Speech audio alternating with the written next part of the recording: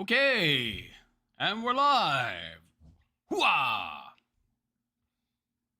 Oh, one sec. I knew I forgot something.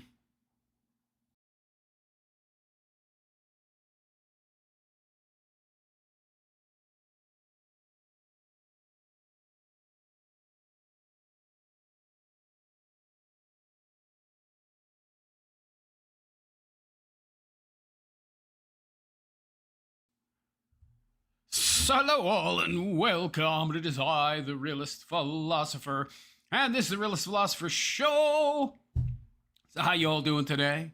Hope you're all doing good, fine, and well. I'm doing okay. I'm doing all right. A little tired for a Monday. I made the mistake of doing an extra live stream on Saturday. The settings weren't so great. Haven't done a lot in 6x19. It's not great. Got a lot of views, but it was too much work with my job, and now that the season is back in swing, my contract work is back, and my majority piecemeal work is back up to an acceptable level. I just can't do both as much. Like Monday, Wednesday, Friday is pretty much about it, and that taxes the hell out of me. I can't do a fourth live stream, at least at this present time. Unfortunately, I wish I could, but I just don't have the energy. But anyway, hope you're all doing good. Yeah, let's see who's out there. If anyone. Yeah, Kalashnikova, I got all your video recommendations. We're going to cover some of them. Who is this person? Somebody named Caspian is spamming the chat. Why? Oh, because he wants attention, and this chat is extremely slow. Yeah, we just get lost in the noise of another chat. Yeah. Unfortunately, yeah. All right. Brandon N5G, started watching your videos on that clown Tarl, enjoying your other content. Well, thank you. I do appreciate it. So, screen's a little tiny. Maybe I just need to lower my mic. I don't know. Yeah, the mic's kind of taking up a lot now. Let me lower it a bit. Either I've shrunk or I made my screen too small. The world according to Misty Ray is here. Hey, Misty, how you doing? Nice to see you here. Yeah, feeling a little hot right now. I hope they, yeah. Oh, geez, I should. Let me close my bedroom and bathroom door so the AC gets maximally cold. Again, I'll be right back. Jeez, I'm getting old.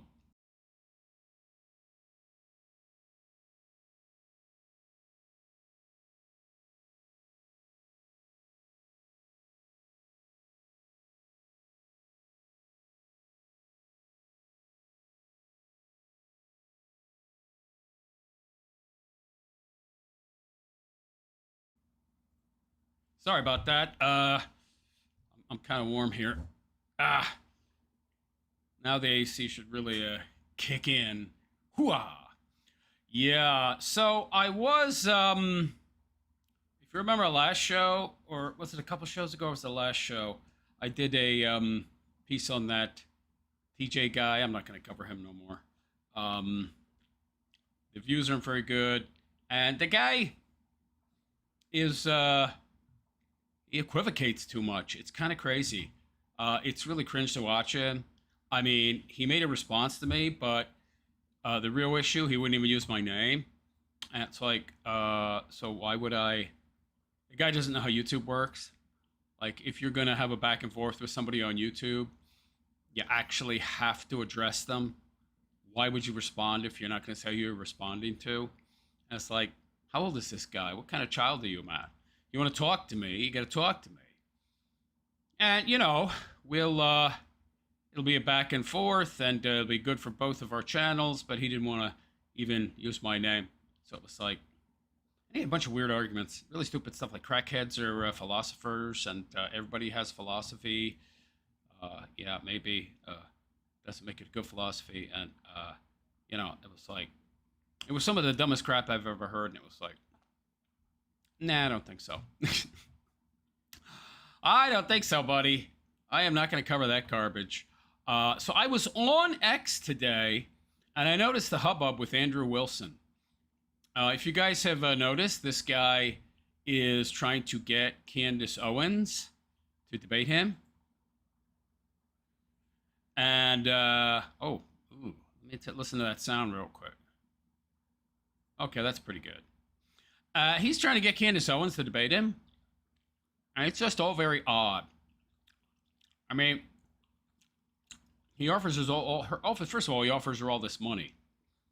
I can tell you that based on Andrew Wilson's numbers and Social Blade and just the kind of money he's making, he can't afford that. 300 grand? What the hell's going on here? There's no return on investment. I mean, the only people who pay appearance fees of that size are large corporations, large media outlets, and that's a very large appearance fee. I mean, if you were to go on like Fox News or something, you might get $5 grand. I mean, it's like, what the hell? What's going on here? Who's paying this guy? He's got somebody staking him, right? Is anybody out there in the chat? I don't see any messages, but okay. Anyway, I've spoken to Andrew Wilson before, and he doesn't like me. Andrew Wilson does not like intelligent people, okay? Not if they question him. He likes intelligent people who have few, if any, scruples. He likes intelligent people that will agree with him. He likes intelligent people who will kowtow. But he doesn't seem to be a very big fan of people that have integrity and question him. In fact, he downright hates them. And the smarter they are, the more he dislikes them. That's why he really hates me. You guys might not know this because some of you are recent fans. I used to talk about this guy a lot a while back. If you go back enough during my content, you'll find videos I've made about him. And he didn't like him. He shut up my comments. And then we had a chat in his comments, and his wife showed up in my comments. It was like, whole back and forth nonsense. It's like, dude, we care what I think. We care what I think, man. You're making all this bank, right? Oh, because you're insecure, right? You're insecure about your intelligence, your own accomplishments, your bona fides. So, yeah. You're a bit of an insecure baby. I get it. So he's very easy to control, Andrew Wilson. He's very easy to manipulate. It's very easy to get under this guy's skin because, quite frankly, seems like everybody and everything gets under his skin. It's not hard to figure out. So I sent him a message. Well, I actually, I replied to one of his messages it's X now. God, the worst freaking name in the history of names, except for Coffee Brand Coffee. And he responded, which I thought was amusing.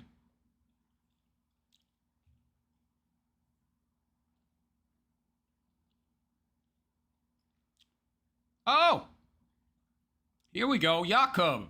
You're from my Twitter. How you doing, Jakob? Nice to see you. Yeah. I'm looking at your replies right now. Nice to have you here. So, I'm going to talk about Andrew Wilson because he doesn't want me to. Oh, man. And we're going to see what we find out about this guy. Give me a sec. I have a few tabs I have to open because I'm old and that's how I do things. So yeah, I'm sure I do have like the Google like cloud thing, and I could I could actually probably save all this stuff as either screen capture and then, and I'd have to open tabs. Okay, well, I'll set that up later maybe. It is easier and it's less stressful on my computer system, but you know, what do you want? What do you want? I'm about 10 years behind everybody else in running these shows. Why is this guy's YouTube page not opening up? This is weird. There we go. All right, all the tabs are open. So, let's see, Jakob, living the dream, brother. LJ be here. Well, glad to have you here. Very glad. So, I'll tell any newcomers the way the show works. It's very simple. I love the chat. It's actually my favorite part.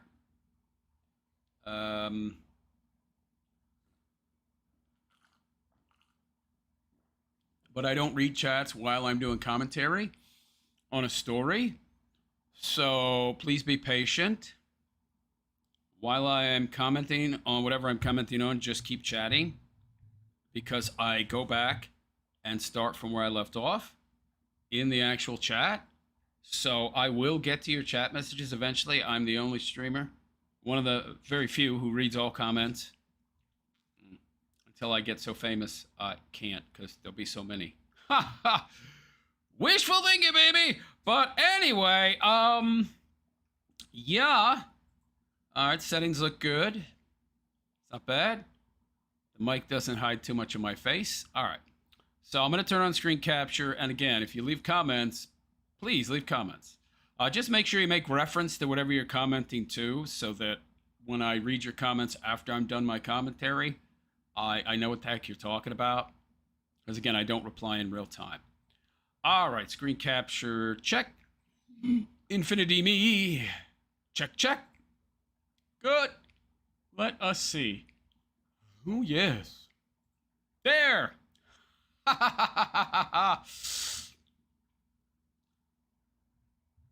So hello all and welcome. And it is I, the Realist Philosopher. And this is the Realist Philosopher Show. So how y'all doing today? Hope you're all doing good, fine, and well. I'm doing okay. I'm doing all right. We're here with a text and to talk about Andrew Wilson, who doesn't like me very much. He doesn't like anybody that's both intelligent and has integrity. He likes smart people that'll kowtow. He likes smart people who, you know, don't have a lot of character. He likes smart people who will bend the knee. He doesn't like smart people who actually question him. No, he doesn't like that at all.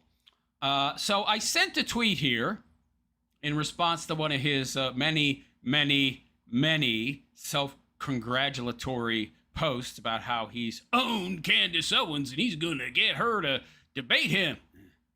Good luck with that. And I spoke what I think is the truth. And part of this is actually his own words.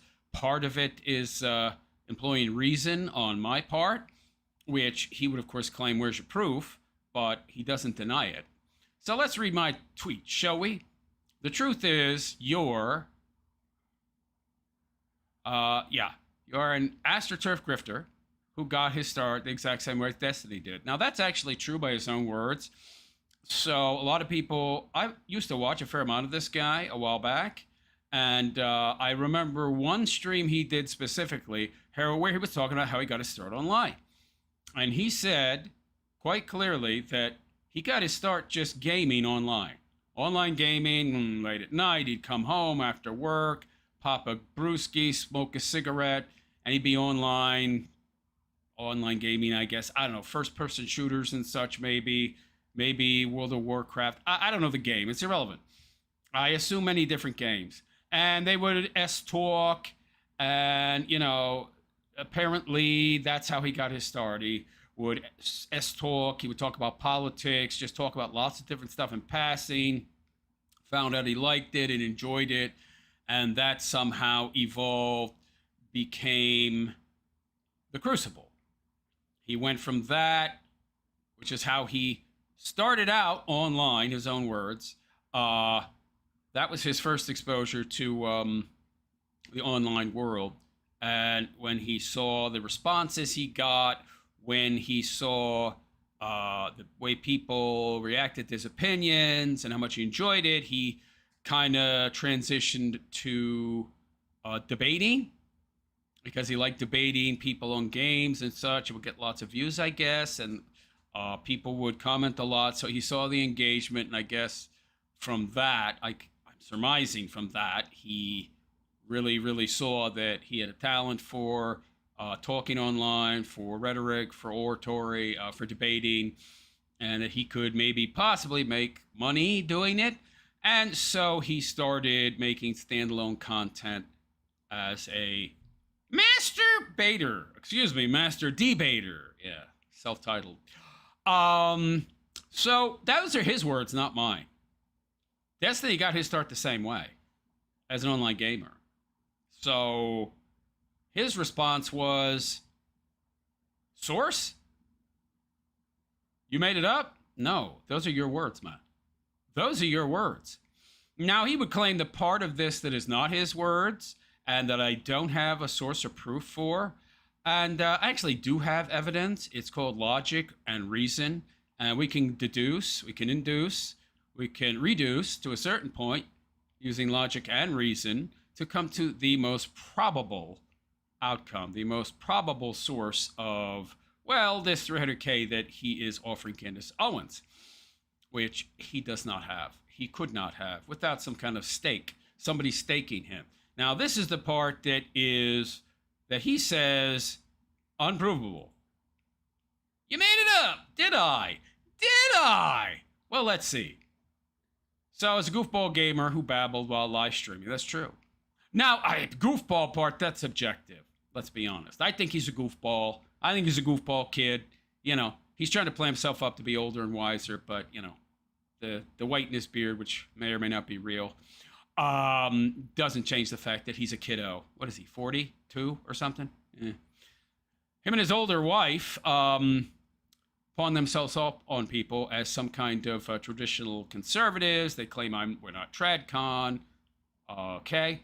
Now, this is the part that he takes umbrage with, where I say he's an owned asset who is there to gatekeep, and everyone knows it. Okay. That's what he's talking source. That's unless he forgot his lies, if those are lies about when and how he got started. Kind of like how Jeremy lies about a lot of stuff and then he forgets. Is it a lie? I only know that's what he said. Or if he just forgot that that's the story he told us, true or not. But yeah, Andrew, that's your own words. You got your start playing online games, talking to other gamers, participating in the game chat, talking to other gamers, having debates with other gamers. Those are your claims, not mine. But wait, didn't Destiny get his start the exact same way? Yes. So Destiny claims. But anyway, the part about him being an owned asset, who's there to gatekeep and everyone knows it, that's what he takes umbrage with. That's the part that he claims, well, he's obviously saying that. Where's your source? Well, I'm going to use logic, reason, and critical thinking to break things down to the point where it's the most probable and likely conclusion to come to. Now, first of all, let us jump to the Crucible and his channel. Now, this is a guy who all of a sudden has $300,000 to pay a woman who is married to a guy worth, what, 150 million, and she's worth tens of millions? So I can get her attention. Now, we have to question this amount to begin with, because what is the return on investment for a guy who gets about 35,000 views on average for his videos? Let's take a look. 10 hours ago, 32. 1 day ago, 36. Now, Brian Shapiro lost it over my Joe Rogan appearance. Anything with Joe Rogan and Brian Shapiro, that guy's super cringe. You put them together. This is an abnormally high amount for this guy. By the way, I wouldn't be surprised if he was speculatively, in my opinion, possibly botting because that is a almost 5-fold jump in views, but it's not impossible. Then we've got 215K, Candace Owens, no surprise there. Then it jumps back down, 19K, 33K. The majority of his views are in this range, in the 30K range. 38K, 58K, 45K, 76, 51, 67, 86, 49. Okay, 48, 38. So he's not getting a ton of views, right? I might be wrong about the average. It could be higher. Could be around 50K. If we do an entire count of all his views and look at the entirety, average it out. But that's not like a lot of money. That's about what the Quarterine's doing right now. And the Quarterine makes way more videos than this guy, like 3 a day. So what kind of money is this guy making on YouTube on AdSense? Couple grand? $3,000 tops? I mean, he makes a video a day on this channel. Jer makes 3 and gets these kind of views. And what is he making? $2-3 a month? So just based off his AdSense, what's he making? Maybe $1,500, $2,000 a month? Maybe. With some longer videos thrown in. What? That's nothing. I mean, it sounds good to the regular average everyday working bloke. Another thing you have to consider, this guy's got 5 kids. This guy has 5 kids and a stay-at-home wife. $2,000 a month off his YouTube channel. Now you could argue, well, realist, you know, he's got other channels too, maybe, where he does that live stream sometimes. What about that Brian Atlas guy? From what I understand, that guy doesn't pay him for his appearances. Last I checked. Now you could also argue, well, realist, what about his wife? She wrote some books.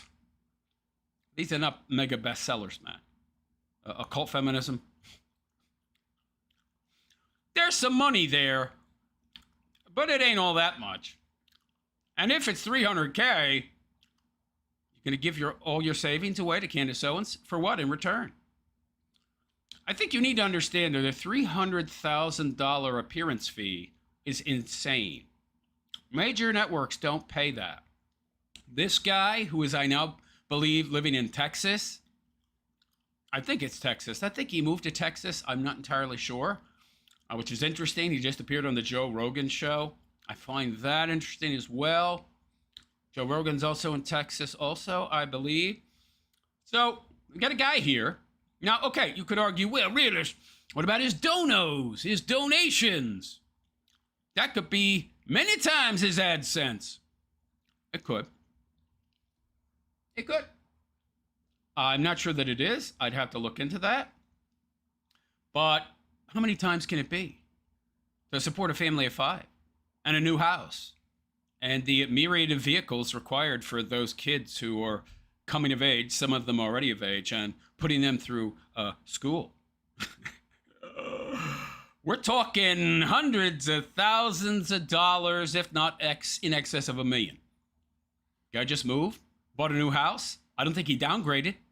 I don't know where he was living before, but I guarantee you it probably wasn't as nice as where he moved to. Got to put the kids through school. Got to support a family of 7 on what?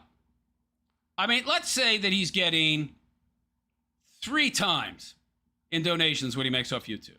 That's being generous. What is that? Maybe $8,000 a month? Let's say it's 4 times. Let's be really generous. Making $10,000 a month, $120,000 a year. It's pretty good, depending on where you're living in Texas. But it ain't pay a $300K appearance fee to Candace Owens good. It ain't that good. You ain't doing it, and why would you? But we got to ask that question. Where's the return on investment? Especially since the entire interview seems to be to discredit Candace. What's his interest in that? And why would he pay $300K for that when he doesn't have $300K? There's no way. Let's even give it to him. Let's say this guy makes 5 times in donations what he makes off of his YouTube AdSense. Let's say he makes, let's say 5 times.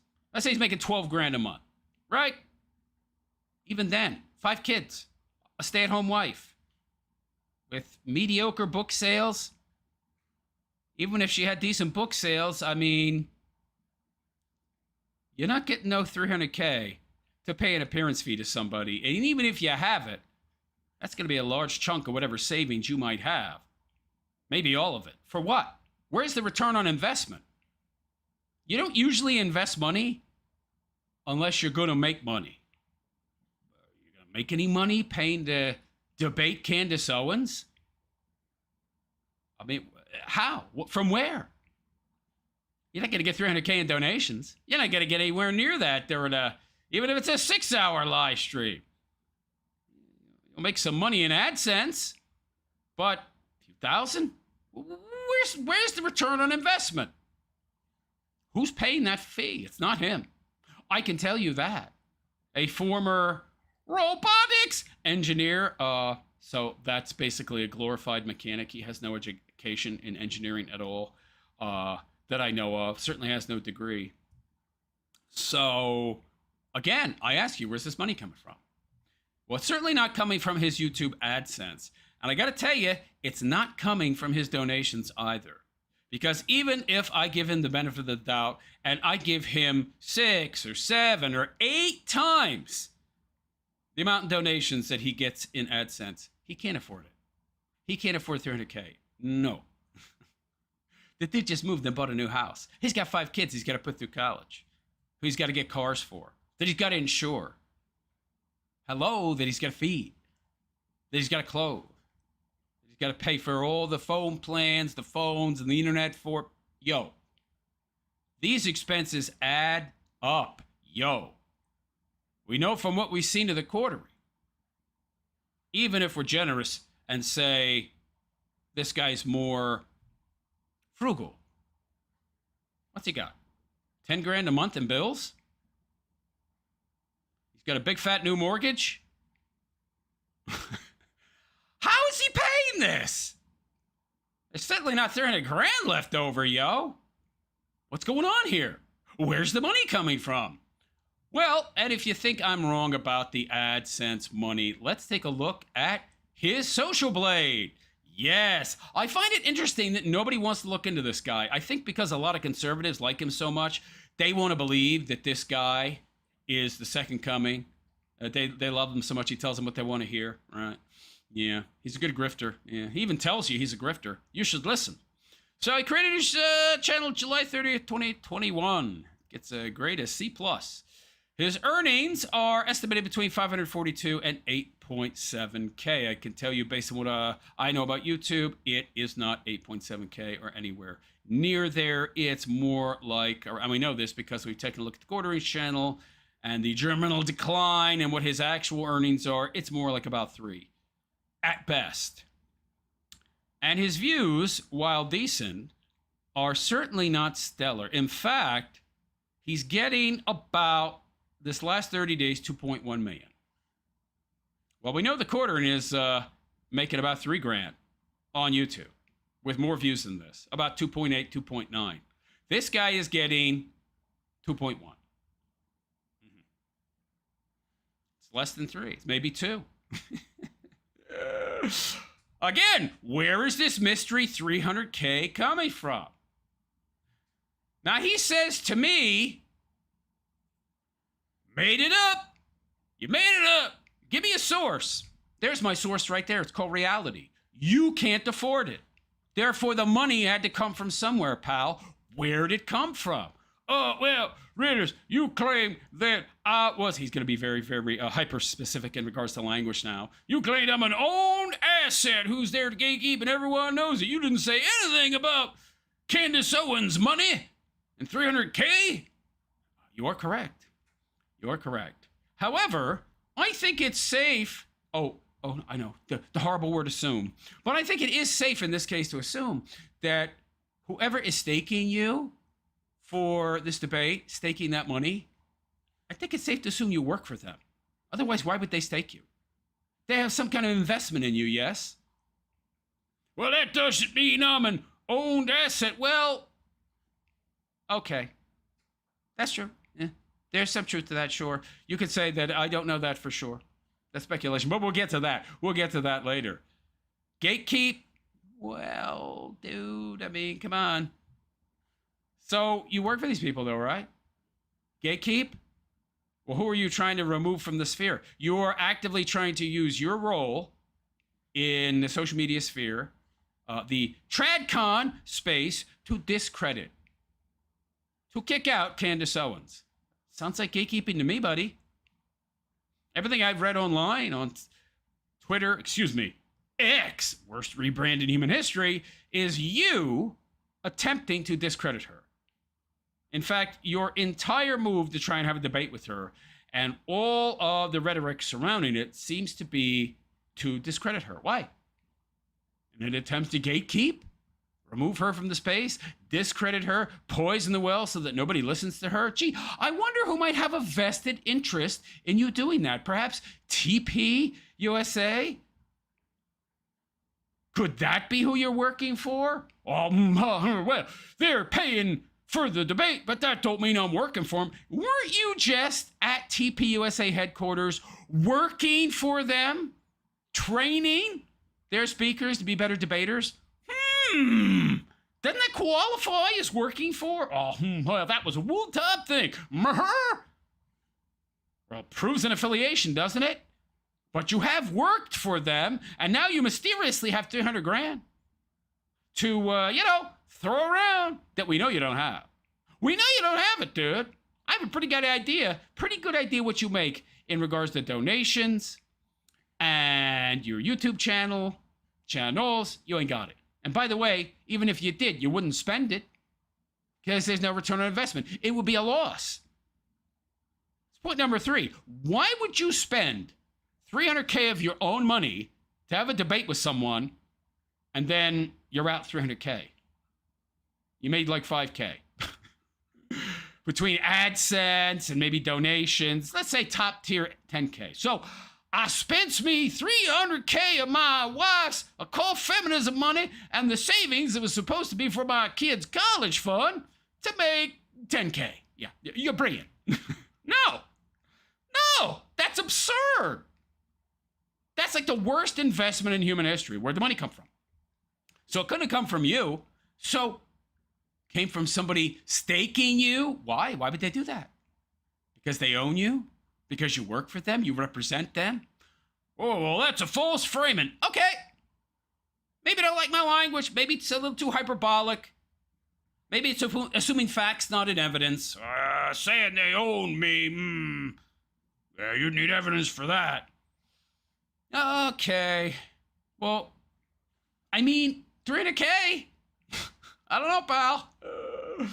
They're putting up 300K for you to debate their worst enemy, to discredit their worst enemy. Let's replace the word owned with control. Controlled. Controlled asset. You're definitely an asset. They're investing 300K in you.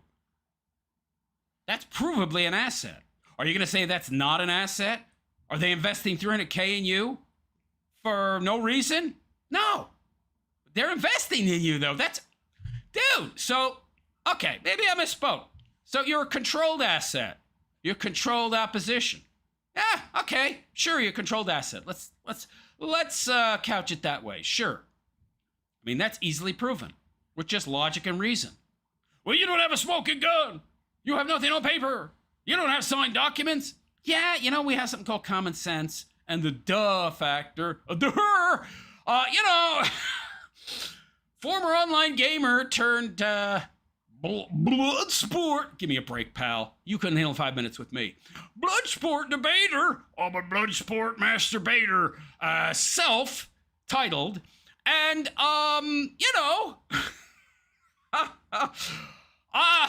pulled myself up by my bootstraps like Destiny. Oh, yeah, we know that he was funded by an NGO. Allegedly. Speculatively, possibly. That's my opinion anyway. I'm entitled to my opinion. Right, YouTube? For now. But you somehow managed to parlay online gameplay, your own words. That's how you got started online, into a very successful, lucrative career as an online debater who came out of nowhere from the gaming space with employees, with staff, with editors, with producers, with professional quality production. Oh, but you did that on a 80K a year salary. That's at best. I'm thinking more like 60K a year. Glorified mechanic, this guy. Raising 5 kids and living in a crowded, overcrowded tin hut. Maybe a decent house. I don't know. Kind of doubting it. Robotics engineer, glorified mechanic. That was one crowded shack you were living in. But somehow you managed to parlay the online gaming into being a multi-millionaire masturbator. Excuse me, master debater. Come on, man. With copious amounts of employees, with staff and producers and editors. Yeah, I don't think so. You sound astroturf to me, pal. Okay, you sound like a plant to me. You sound like somebody who from the get-go was invested in. You know, the kind of person that TPUSA or somebody else would stake 300 grand for to destroy their worst enemy, right? Yeah, it's just, idle speculation, based on logic, reason, and critical thinking is the most likely conclusion. But hey, what do I know, right? Yeah. But anyway, let's move to this woman, Vivian Kubrick. Now, I messaged her, I didn't hear back from her. By the way, I've done a lot of videos on Andrew in the past. When I post this as a standalone video on YouTube, I'm going to put the links to all of those Andrew Wilson videos in my description for that video, so you will have a lot of info to draw on from my past coverage of this guy. So Vivian Kubrick had some of the same questions I've had in the past, going back like a year and a half, 2 years. Who was Andrew Wilson before 2020? It's a good question, baby. Who was he? I've been trying to establish the background of Andrew Wilson, also known as the Paleo Christ Khan, host of The Crucible. Here's what caught my attention. Some of the same stuff that caught my attention. Despite his considerable public profile today, ordinary searches have so far failed to produce a clearly authenticated digital trail for him before 2020, which is extremely odd. Almost as if some of that was scrubbed, and you've seen those services before. They show them. Promotions on many a channel. Many content creators promote this stuff where you pay a fee and they scrub your internet history. So, for a small fee, you can get your internet history scrubbed. And that's low-level stuff. I wonder what somebody like Andrew, who is an asset that we can, I think, verifiably identify as an asset because of the fact that somebody unknown is staking him 300 grand to debate Candace Owens, who's a friggin' whale compared to him. Compared to her, he's a nobody. So, yeah, no history before 2020. Isn't that interesting? Isn't that around the same time he started making content online as a master debater? No obvious earlier social media identity, no clearly attributable professional profile, no established political or media history, no readily identifiable pre-2020 public footprint that connects directly to the man we know today. So just so you know, this is unusual. It's really odd. Not to mention the fact, number one, most people use online resources these days to get jobs, to find jobs. They have their resumes online. They're on LinkedIn or wherever. But this guy's nowhere. There's nothing about him. And his past is extremely difficult to find information about. Now, he'll tell you about his so-called past himself. There's no way to verify any of his claims. None. That proves nothing by itself, but it leaves a legitimate and interesting question. Who was he before Paleo Christ Khan? I don't know. I mean, I kind of have an idea. It's not too impressive. ChatGPT, a broad Google-style search specifically looking for Andrew Wilson. The result is essentially the same, but the search revealed an important problem. Ooh, do tell! Google produces many pre-2020 Andrew Wilsons, including engineers, which he's not, academics, Christian figures, and robotics professionals. He did claim to be in robotics. I don't know. For example, I found an Andrew Wilson with a substantial robotics career at Penn State Education, but that person is based in Pittsburgh and works for Caterpillar. There's no evidence connecting him to Paleo-Christian. Christ.con. I searched combinations of, well, a lot. Now, you would think that with all of these different search points that something would be found. Think again. Facebook, Twitter, YouTube, Reddit. And by the way, this guy was terminally online. This guy's terminally online. Online gaming, like, to all hours, apparently, when he'd get off work, that's his claim. And that's how he got into the online debating space. Facebook, Twitter, Reddit, yeah. Old debate podcast forum references, searches explicitly restricted to dates before January 2020. I did not find a single pre-2020 Google result. That is unusual. That is very unusual. That's not normal, okay? I got news for you. That's not normal at all. I can responsibly identify as this Andrew Wilson. That's, to me, sus. That's more significant than simply saying there isn't much about him. No, there's nothing about him. Nothing. And if you think me saying that you can scrub your internet history is some kind of conspiracy crap, it's not. It's actually not difficult to do. You can pay a fee to have it done, and that's for low-level scrubbing. At least through ordinary index web searching, I currently cannot establish a digital bridge between the approximately... Okay, he's older than that. Between Andrew Wilson and Andrew Wilson Paleo Christ Con. Yeah. There are plenty of tempting false matches, though. The robotics results are a perfect example, because Wilson says he worked with robotics. It's very vague. It would be very easy for someone researching him to mistakenly attach one of these older Andrew Wilson's engineering profiles to him. I won't do that without another identifying point. So, we have now reached the limitation of ordinary Google searching. What else did she try? The next potentially productive approach is historical web archaeology. Ooh! Particularly old Twitter username references, Wayback Machine, captures, historical domain registration records for the Crucible, and early Discord YouTube debate appearances. Those could reveal whether Paleo Christ Con previously operated under another username.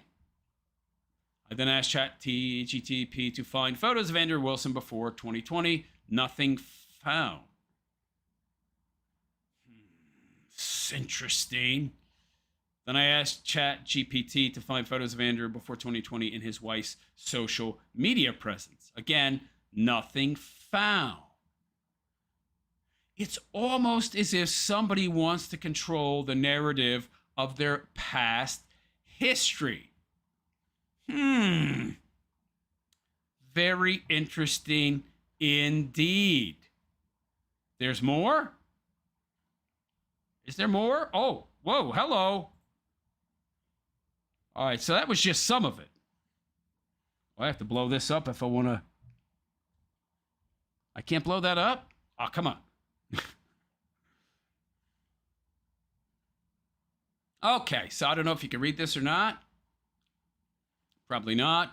I searched specifically for photographs of him.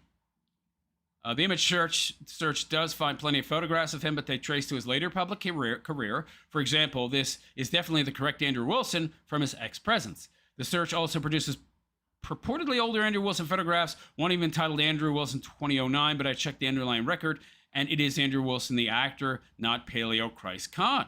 The distinction matters because there's so many people with this name that an old photograph could very easily be misidentified. So we now have another gap. So far, we haven't authenticated even one publicly indexed pre-2020 photograph of the man who later became Paleo Christ Con. Doesn't anybody find this unusual? And by the way, this is not a guy that lived off grid at any time. He wasn't living in the woods, cooking up moonshine, solar panels on his roof, Electric fencing around his property, no internet connection, living off the land. That's not this guy. His current X account itself dates back only to March 2021. Next place I'd look is his wife's older internet presence. If they have been together since well before 2020, I believe since 2012, or at least they claim, I believe, an older photograph or referenced Andrew might survive in an old post, cached page, tagged photograph, blog, or archived social media account, even if his own earlier accounts aren't searchable. I checked Rachel Wilson's public footprint next. And by the way, this is a woman who has been a writer for a long time. She's terminally online, just like her husband. She's appeared in my comment sections when I badmouth critiqued her husband in the past and did so quite quickly upon the publishing of my video. So she's online a lot. All right. The difficulty is that there are multiple prominent couples named Andrew and Rachel Wilson, including a British pastor author Andrew Wilson, married to Rachel Wilson.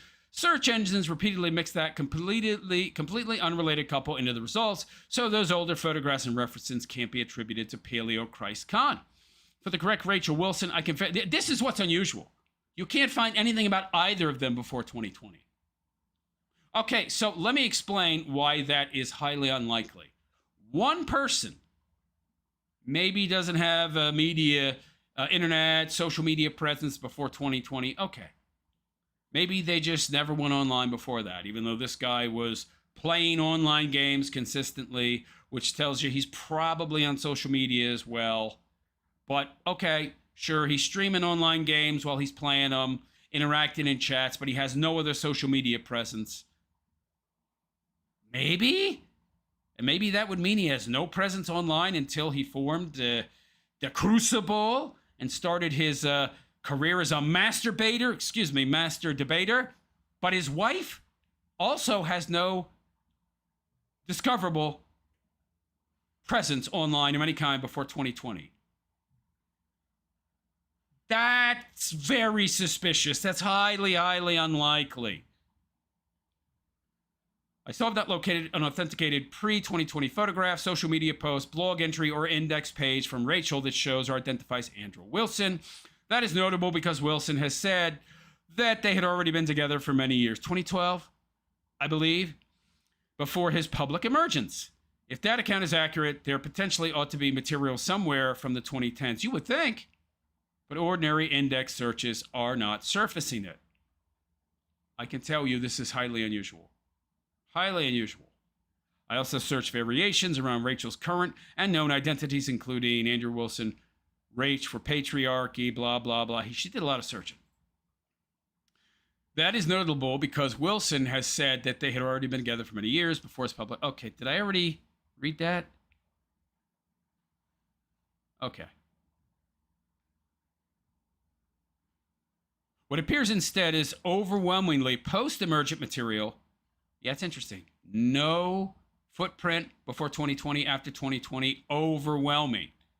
Connected with their current media identities. Rachel's present X profile identifies her as wife, mother, patriarchess, which she ain't. By the way, she's the most boss babe I ever seen. You got her jumping to her husband's defense, pushing him out of the way so that she can take the hit. This woman is in no way, shape, or form feminine or for patriarchy. And present-day posts explicitly promote Andrew and Paleo Christ Khan.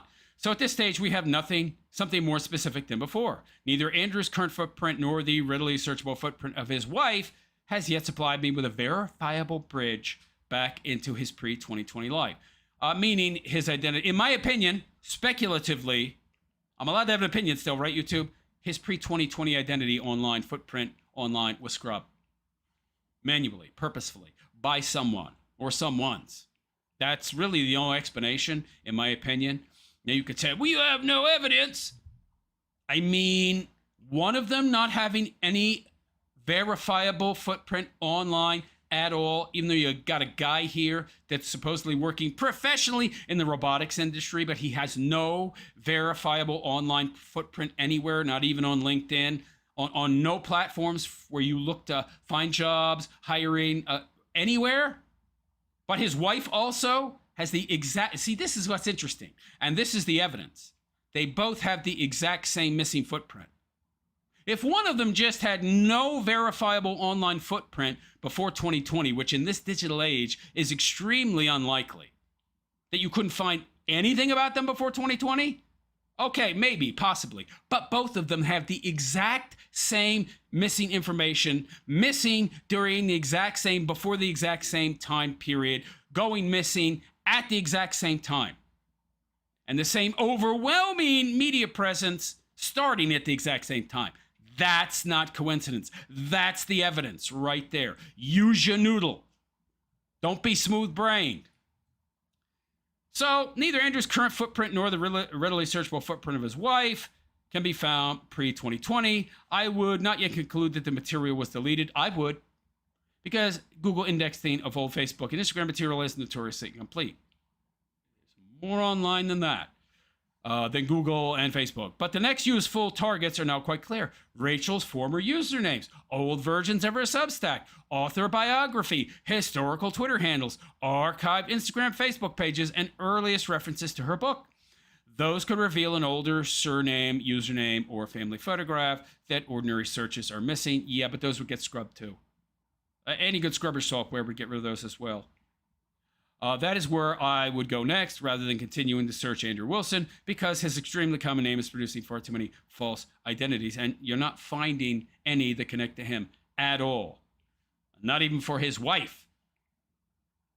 So, yeah, there you go. Very interesting, by the way, and I'd like to thank Vivian Kubrick for that.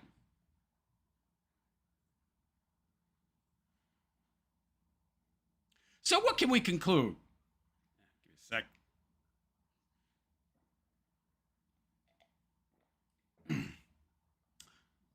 So what can we conclude about Andrew Wilson? Well, someone has invested in him, and he is someone's asset. That's a verifiable fact.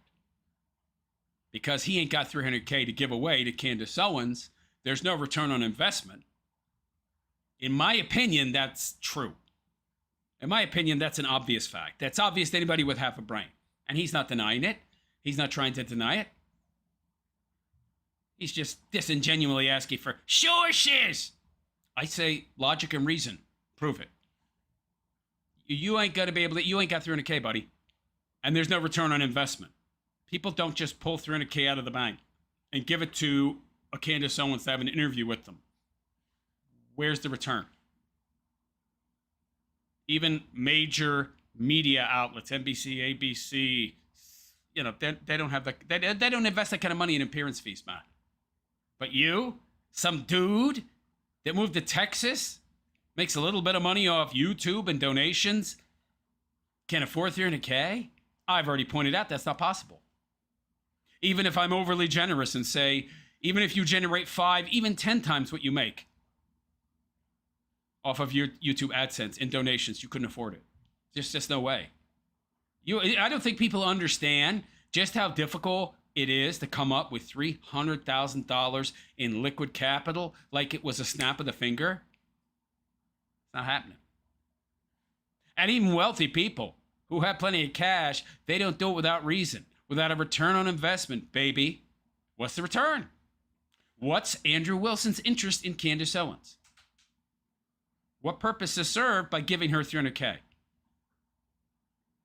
Who's she speaking out against? Who is she the biggest burr in the boot of? I don't know. It's a good question, right? TPUSA certainly doesn't like her. They've been able to fundraise, what, $40 million off of Charlie Kirk's untimely demise?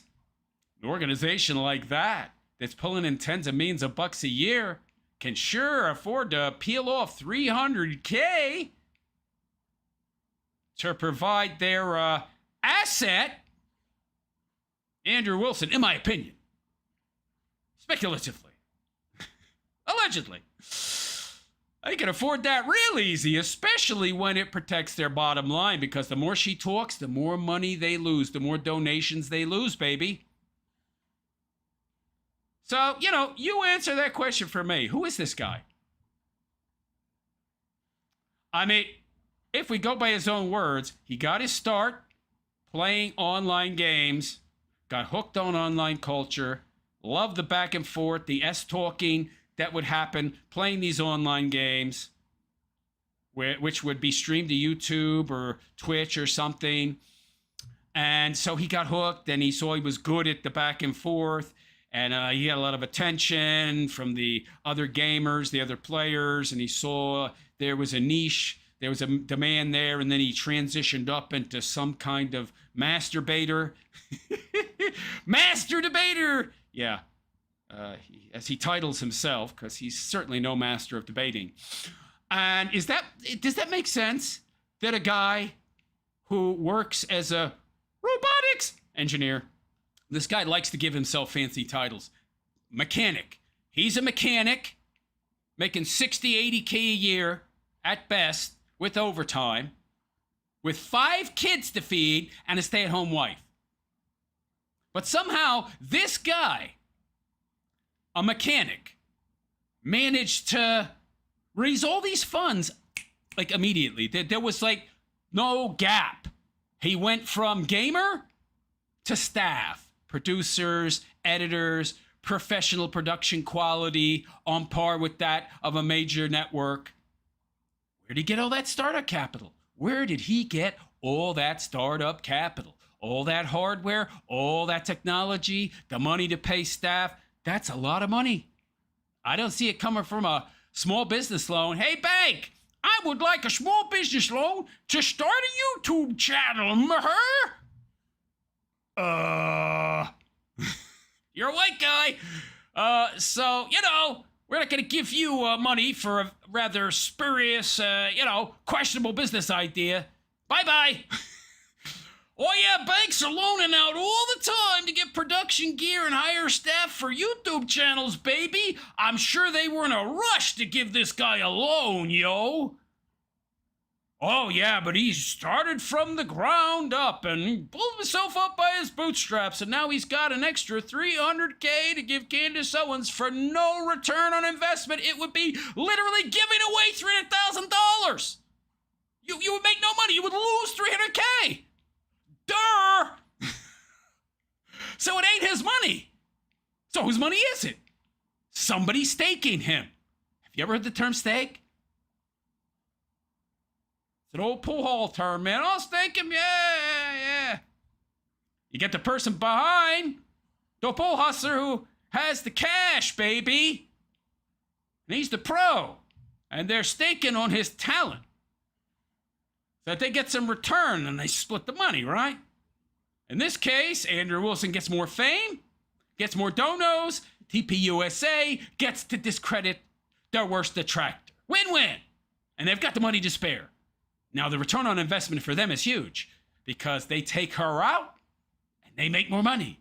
But there's no return on investment for this goofball. It's a loss. The fact that he's getting $300,000 from some outside source staking him, in my opinion, proves that he's a controlled asset. Who's telling him to do it? Who's asking him to do it? And he's willing to do it. So there's some control going on there, isn't there? There's some carrot being dangled, isn't there? By the way, you got to ask yourself, well, wait a second. If whoever's staking him that $300K to give to Candace, so that the source can be muddied and unknown, how much is he getting?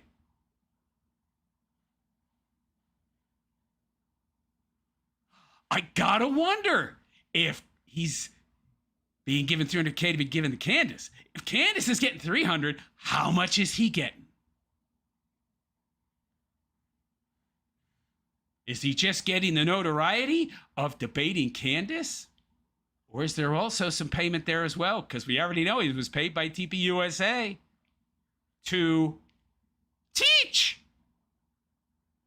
their speakers how to debate. Was that the payment?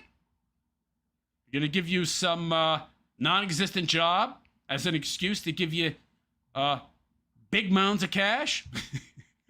We don't know how much that was. How much did he get for teaching TPUSA's speakers to debate? I don't know. 100K? 300K? Who knows? But to think that he's not getting paid to debate her. Ludicrous. I believe he's getting paid, and he's given the money to give to her to keep the source of those funds unknown, right? Will the source of those funds be released?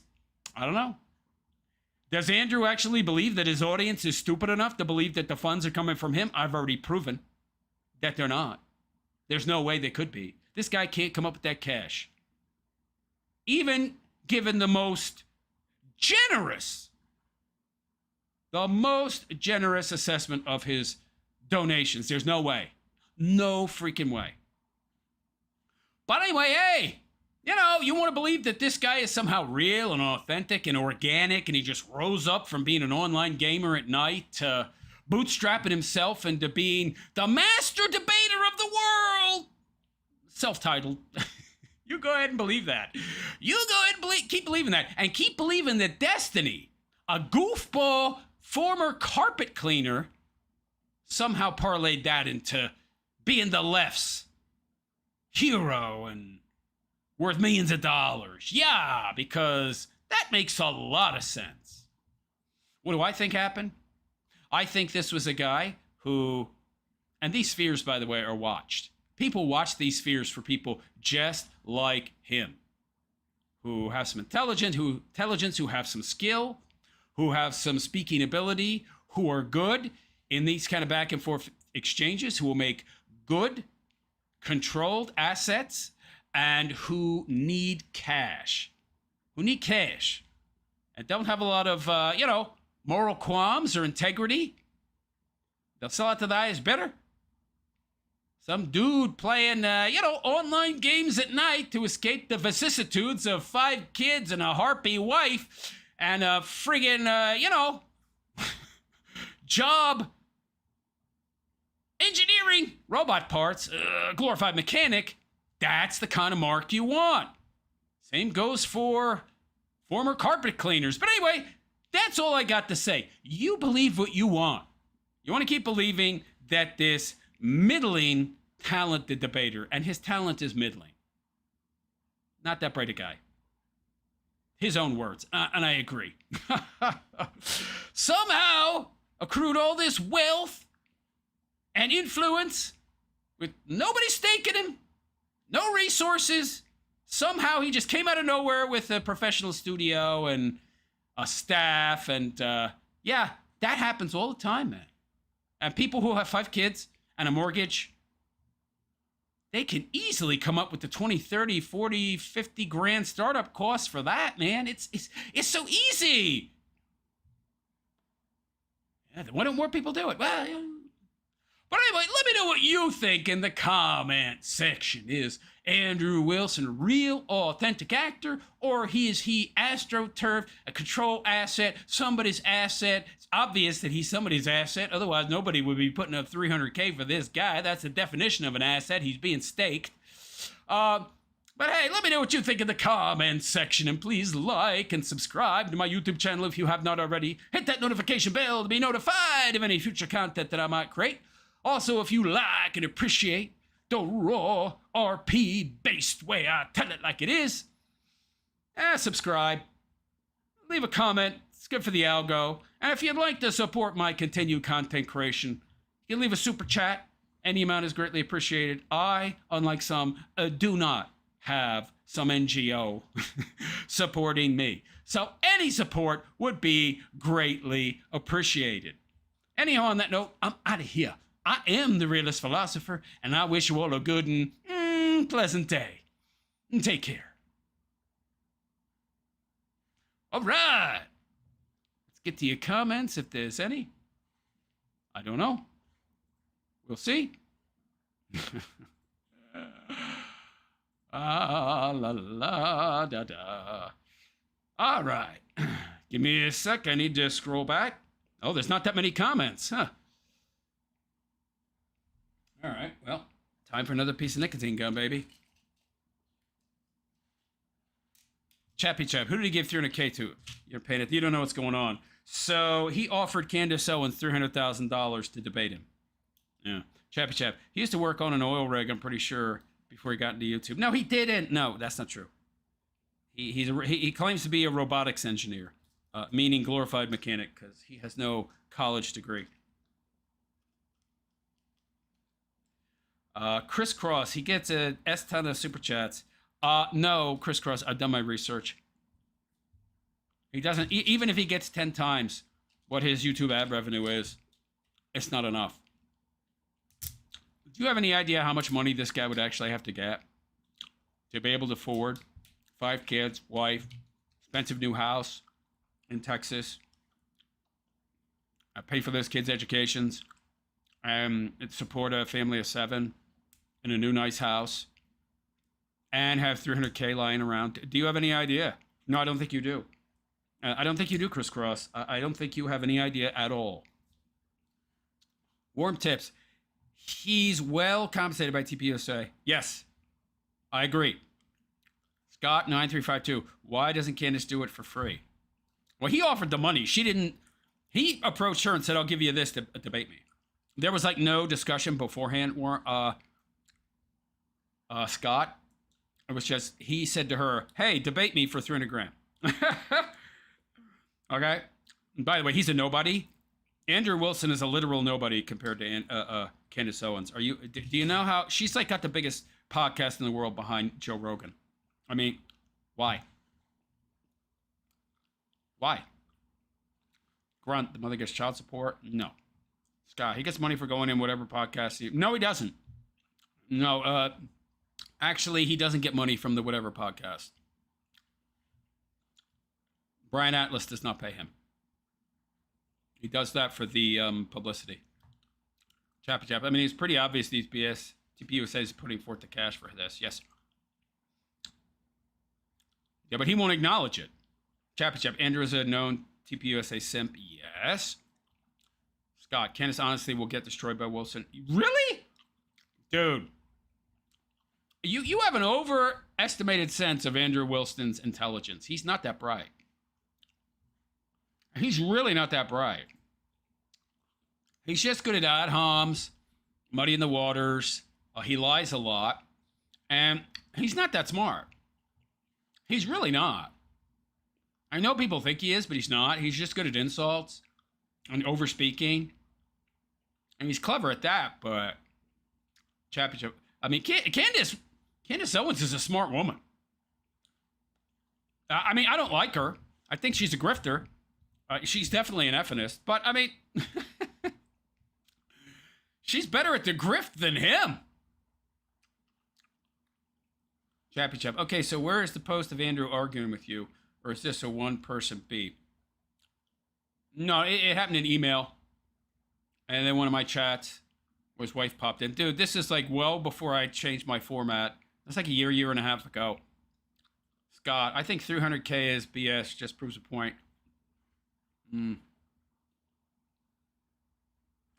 Phil Urey says, however, how's everyone's week? Considering William Casey's... what?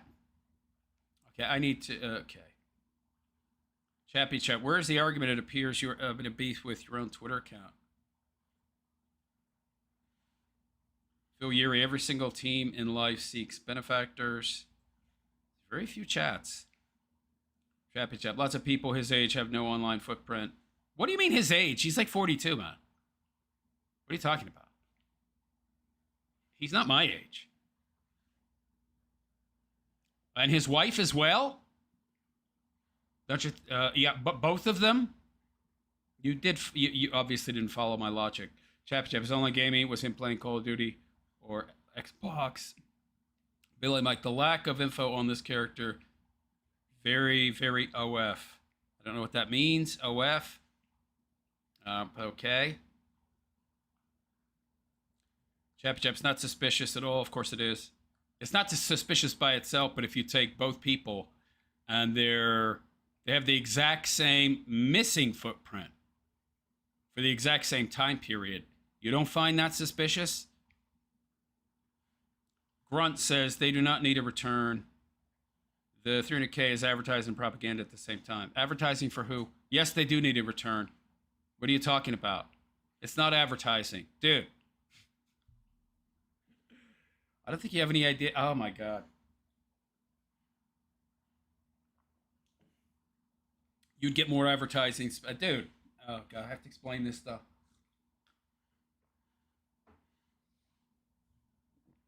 I don't know why I have to explain this. Advertising for what? For what? Dude, are you kidding? Advertising for what?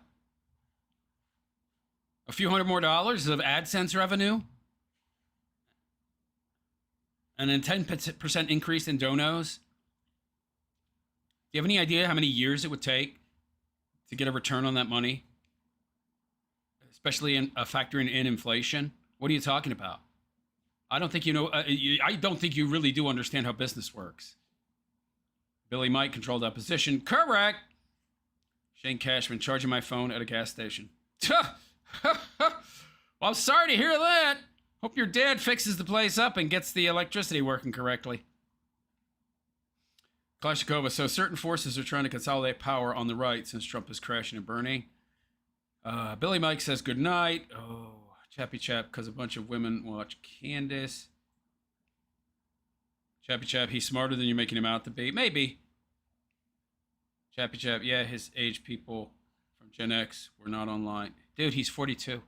What are you talking about? What are you talking about? He's a technology person. What are you talking about? He was literally online before that. He admitted.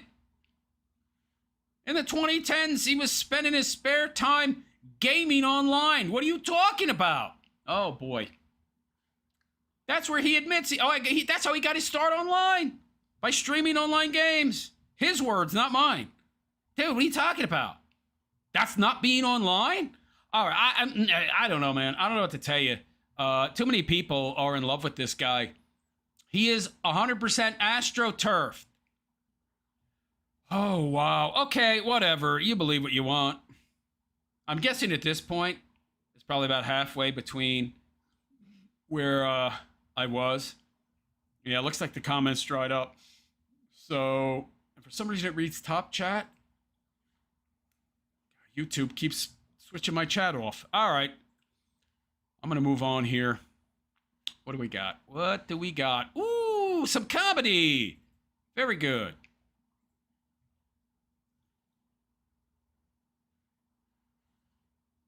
By the way, to the person who said that you don't know he gets tons in super chats or he gets tons of donations, even if he got 10 times his ad revenue on YouTube in donations, and he doesn't get that much. He's not getting $20,000 a month in donations. But even if he did, he still could not afford $300,000 in cold, hard cash. Dude's got a mortgage, a house with 5 kids. He didn't downgrade. You don't move to downgrade when you're making more money and doing better. You move to upgrade. Probably living in a 7-bedroom, 6-bedroom house. Each kid's got their own bedroom. That's $1 million plus, dude. He ain't spending that out of pocket, yo. Okay? He ain't got that kind of cash. This guy ain't Candace Owens wealthy, yo. Okay? Even Jer couldn't do that. And Jeremy Hambley, the quartering, verifiably had more money than this guy. What? Where's this guy getting his cash? You're telling me I'm underestimating his donations. No, I'm not. I said even if I do 10 times his AdSense, he still couldn't afford it. I have done the math. He couldn't afford that. There's no return on investment. What do you think happens? Do you understand how a conversion ratio works on YouTube? Like if you appear on a larger content creator's stream, it doesn't convert to that many new subs. I mean, how many subs does Candace have? I mean, she has in the millions, but it's not in the tens of millions. How many new subs do you think he's going to get? And how many of those subs are going to convert into actual views? And how many of those views are going to convert to actual watch hours? And how many watch hours does it take to pay back 300 grand? Taking into account that the vast majority of people do not donate, it's not going to convert to 300 grand. Not in less than 10 years. That's a horrible return. That's a really bad investment, man. Oh, you got your money back. Ooh. Well, people don't invest to get their money back, yo. They invest to make money, not to break even. It wouldn't even be breaking even because in 10 years, what's the money going to be worth? Half what it is now? Dude, use your brain, you dummy. You have low IQ. Listen to me. I'm smarter than this guy. If you can't tell that, you're really low IQ. Or you're suffering from, cult leader follower syndrome, and then I can't help you. Then I just can't help you. Grunt says, for TPUSA, it would be advertising for them. Yes. Not for Andrew. They can play the victim card, and it's propaganda getting their side out again through Andrew. Precisely. He's a shill. Yeah. Absolutely. Championship. I agree that he is a total sin for TPUSA. CJ's in the room. Hey, CJ, how you doing? I mean, the people coming in here telling me he can't be a controlled asset because, he gets so much. Do you know how much he gets in donations? I mean, you don't. I have a pretty good idea. It would have to be 20 or 30 times his AdSense revenue to actually afford that. And again, there's no return on investment there. There's no return on investment. It would be a loss. You don't invest money to lose it all. Right? There's no upside. The upside is for Turning Point USA. For them, it's a good investment. Krasnikova. Hey, CJ. All right. Let's move on. I have a feeling this video is going to get some comments when I post it. As a standalone. That's for sure. Especially with my new thumbnail acumen. Oh boy!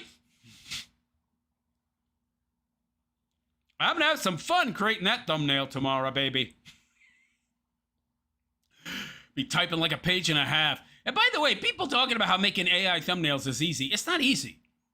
You have to tell it what to do, you know. It's like looking at a masterpiece painting and saying, I could do that if I had a brush. Oh, the brush is AI. No, you couldn't. You gotta have creativity, yo.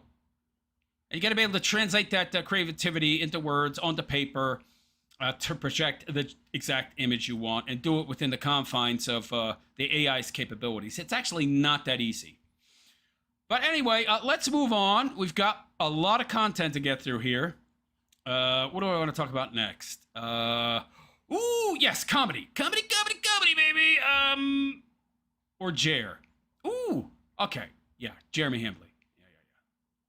We'll have the comedy after Jer.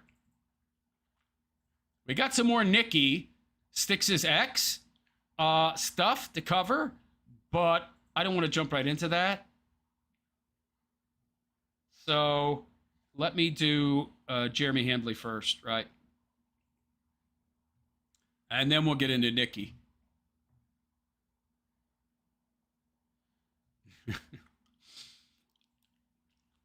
Yeah, but Andrew denied it, right? I showed you his reply. He just posted a meme where it's me saying, like, I made it all up, and then he's like, source. It's him asking for evidence. Yeah. Of course he replied to me. He can't help himself. Okay, I have to open up a bunch of tabs here, so give me a second. But, yeah. He might be watching right now, by the way. I wouldn't be surprised. But I'm too small a peon for him to actually comment in this chat. He wouldn't give me the satisfaction. Yeah. He's so big and awesome. Big, giant doofus that he is. What a goofball. What a goofball. Out of shape, fat, chain-smoking goofball. That's all he is. He's just a goofball gamer like Destiny, man. They're both controlled op shills, man. They're purposely set in direct opposition of each other. They're both paid, in my opinion. But, you know. You don't have proof. Realist? Yeah, okay. Okay.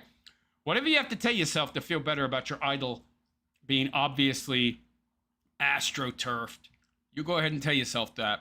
Yeah. It's kind of pathetic, really, if you ask me. But, hey. Some people need heroes like this guy, right? You know. It's kind of pathetic, but what are you going to do? And it's okay to have heroes, by the way, but when they're so obviously fake as this guy is, there's nothing real about him. I think that in and of itself is kind of pathetic. I mean, it's so obvious this guy is just telling you what you want to hear, but that's why you like him, because he says stuff you like. And it just tells me what I want to hear. He doesn't actually believe it. I mean, if he does, that's just convenient, but... Have you seen this guy's wife? What a big mouth. She's the loudest, most abrasive, obnoxious, traditional woman I've ever seen. I'm an Orthodox Christian like my husband. Yeah, okay, sweetheart. Boss babe. Slay queen. Preaching against being a boss babe, slay queen. Oh, I love it. I love it. All right, let's move on. We've got Jeremy Hambley here. By the way, how's the picture? I don't know. Is it too dark? You guys see me okay? I don't know if that picture's all that great. I guess it's okay. What am I going to do? I think it's bright enough.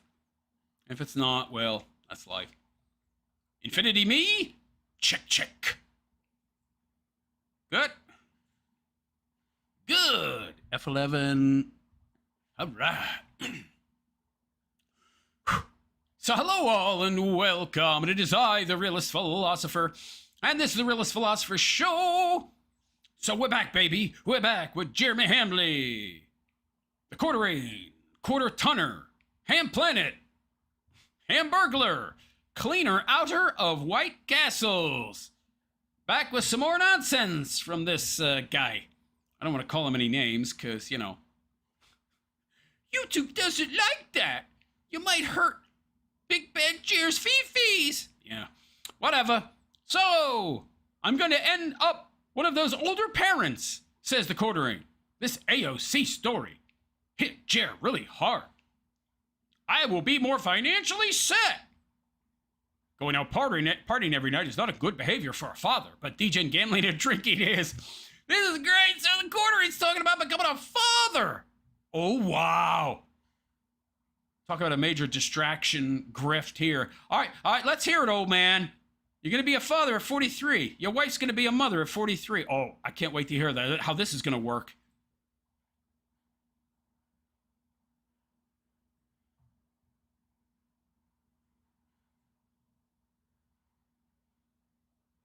Who's hating on AOC for that?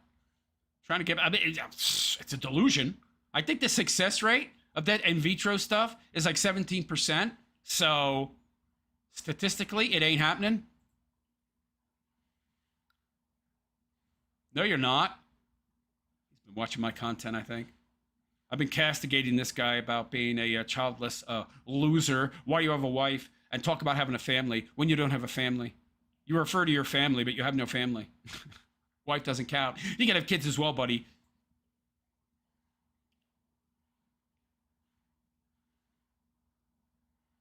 No, you won't. You're broke. What are you talking about? Dude, you're 43. You're not having any kids. What are you talking about? Your wife's womb is barren, okay? Do you really think your wife is going to have kids at 43? Has she saved eggs from 10 years ago? Because if not, the eggs she has now are about as subpar as they get. She's going to pop out Quasimodo with 2 heads, pal, okay? If she's able to get pregnant, which is highly unlikely, buddy. And even if she does, that kid is going to be like Forrest Gump level IQ, okay? Yeah, the quality of his sperm, which is disastrous. I mean, this guy has been, what? He's been popping pills for 20 years, boozing it up for 20 years. Can you imagine how poor the quality of his genetics are at this point? Couple that with 44-year-old eggs. Oh, my God. Dude, you're not mature now.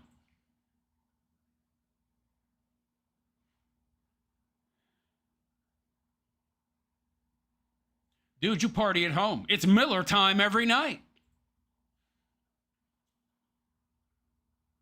I agree. That's why you should never have kids.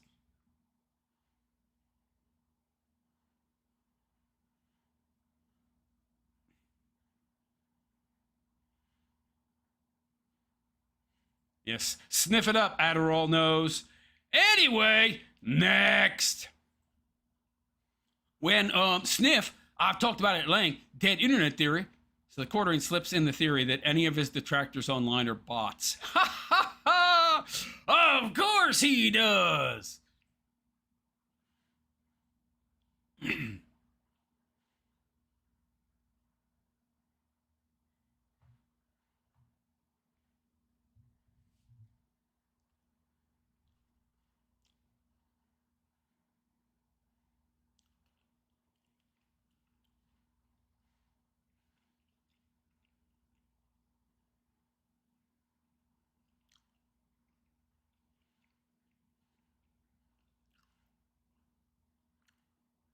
But everything you talk about is what the internet believes and what's most popular.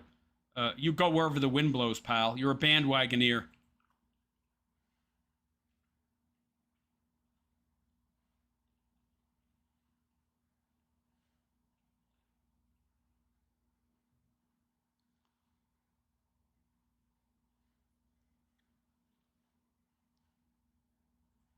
What?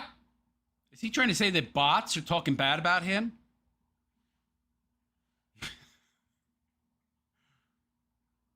Well, bots are used to inflate your numbers, man, and make it look like more people are watching you than actually are. Something you would know a lot about, obviously. But in my opinion, but talk bad about you?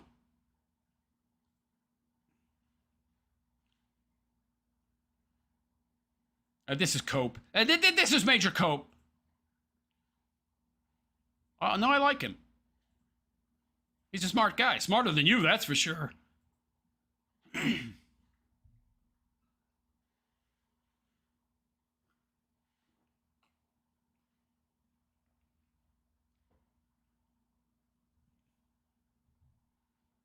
Yeah.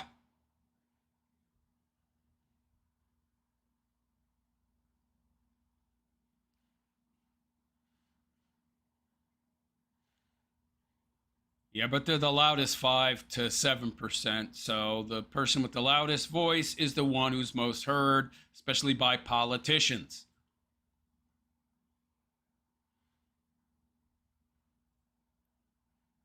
Moving on.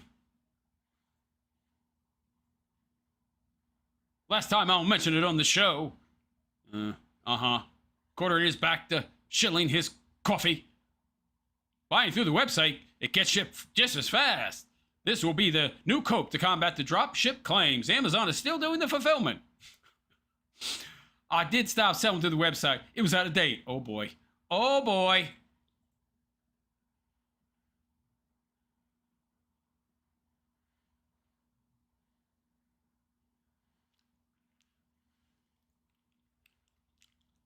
There's that crappy blueberry cobbler again. God. Who the hell wants to drink blueberry flavored coffee? What's the point?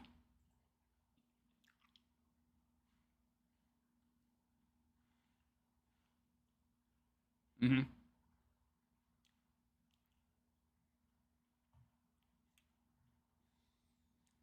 Uh, uh-huh. Oh.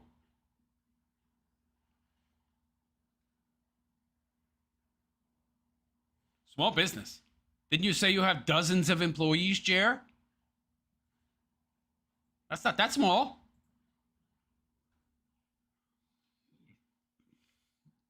Yeah, Walmart online. You'll never be on their shelves, ever.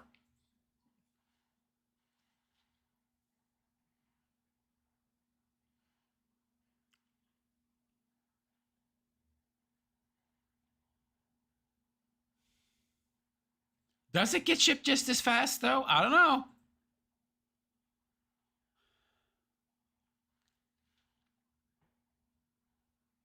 Unless you have something bad to say, then I don't want to hear it.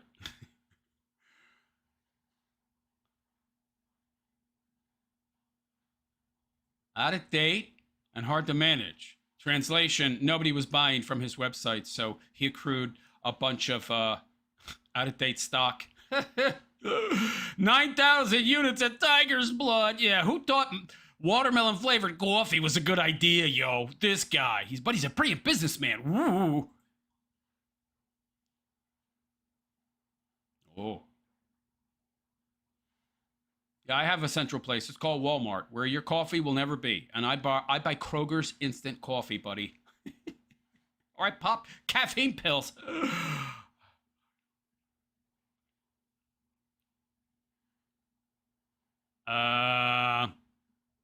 Dead air. Dead air. Dead air. Who says? One of your bots, allegedly? That's enough. No more coffee ads from you, buddy. Next. So these reviews on Coffee Brand Coffee's website are pretty recent. Let's see if they stay. Oh, they're not good, by the way. These are not good reviews at all. Jer said he accidentally sent out 500 bags of coffee, but Joel here is still waiting on his. And poor Sonia, her K-cups are so old and expired, they exploded. Whoa! Could that be because the nitrogen displacement was done incorrectly? So if I recall correctly, the K-cups have nitrogen injected to displace the oxygen, so this very thing does not happen. This will happen when the nitrogen displacement for the K-cups is done incorrectly or too much oxygen is left in the K-cup. So his K-cup process seems to be very cheaply done, which, by the way, reduces the shelf life. What do we got? Better quality checks. Your pods are defective and blow up in my machine. Ha ha ha, too much oxygen. I thought it was my machine, so I threw it away and bought a new one. It is now happening in the new machine. I am 100% now certain it is your coffee pods. I am now throwing away the rest of the pods I have. I need to cancel my subscription and save, and we'll have to find another coffee source. I'm very disappointed because I like your coffee, but I feel I can't continue to use it. Please look into this and fix it so others can have a better experience, and don't waste hundreds of dollars. Hundreds? Whoa! Who's That's crazy. Did you pay upfront or something for like a year to get a further discount? Yeah, so this is a basically defective manufacturing. So I know how these K-cup machines work. I made a video about his whole K-cup grift a while back. You can find it on my channel.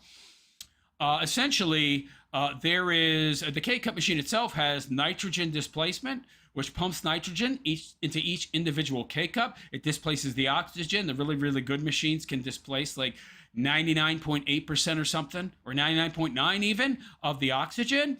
But if it's not done well, or the machine is not a very good quality, or there's some kind of defect in the process itself, you don't displace enough oxygen, it reduces the shelf life, and if there's too much oxygen, you probably get this kind of result. They blow up. Now, Joel ain't too happy. Yeah, geez, let's hear that. I never received my order, and it's been 20 days. Huh. What was that you were saying, Jer, about getting the coffee just as quick if you order through your website as you do from Amazon? I kind of think I'm going to trust Amazon more than you.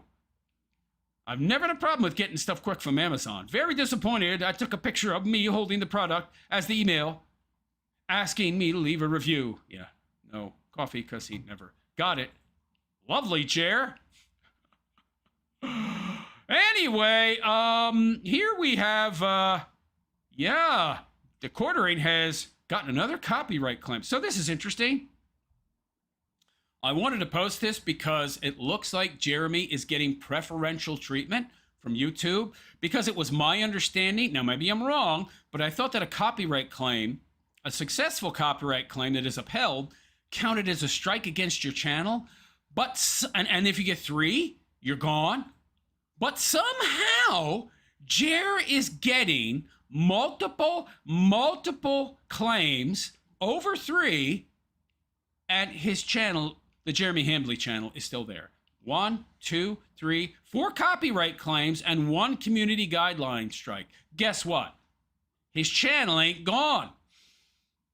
I guess whoever's making these claims against him that are successful doesn't have a non-Pajit white YouTube rep of their own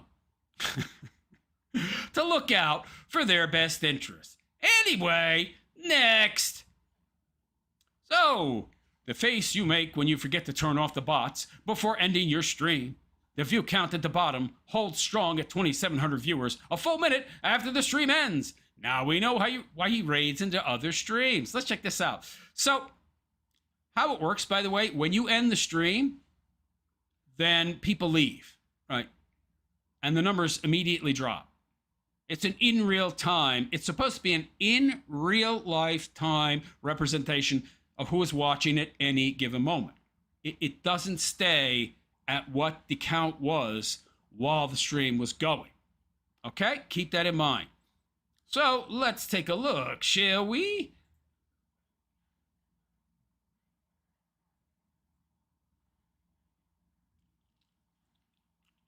Another $500 wasted. Okay, so you can't read it, but let's see. It stays the same. 2,700, 2,700. Blowing up the picture actually makes it harder to read. But all right, let's see if we can. 27, 27. That's not changing at all. There's no change. That's not how it works. And it's still there. 2,700, 2,721, 2,721, 2,721, 2,721, 2,721, 2,721. It hasn't changed. And it just goes on and on like that for like another 40, 50 seconds. That is proof that he's botting. If you ask me. Because I know how it works. Because I watch the view count on my YouTube. Rumble works the same. It's an in real time representation of your view count. And it doesn't lock in place. A lot of people might think that. No, it doesn't. It drops off as viewers leave. And the exact same number that we're watching when you ended the stream, it doesn't stay flat and exactly the same before the end. It drops as people log off. So he's probably botting is something we all knew. Anyway, next. So, it's all redesigned, ready to go, super fast. Except for that guy that waited 20 days and never got anything, because Amazon fulfills your order. According's new ad for CBC seems to drop any illusion that his coffee is not drop shipped. Yeah, of course. Have to quick message my webmaster, still tweaking things on the website. Yeah. People have been noticing I've been sniffing a lot. Oh, yeah. He tries to explain the sniffing here. Yeah. Let's see how well he does at explaining it, shall we? Uh-huh.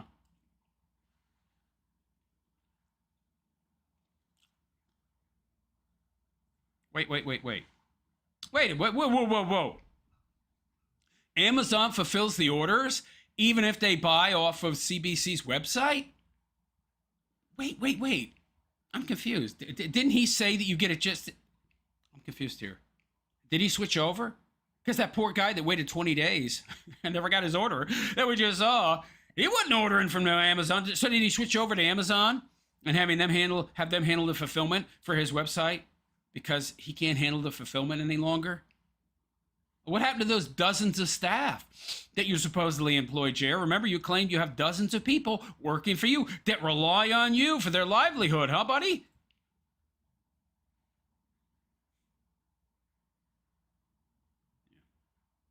Yeah, move that Zyn around, buddy. That 9 milligram nicotine Zyn in your mouth, you addict.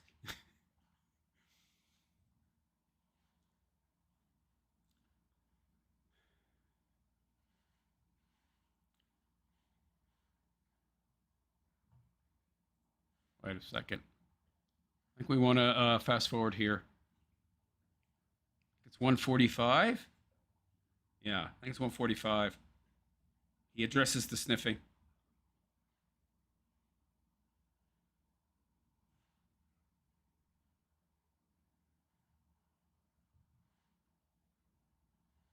He just sniffed, reminded him, oh, I need to come up with an excuse for why I sniff so much.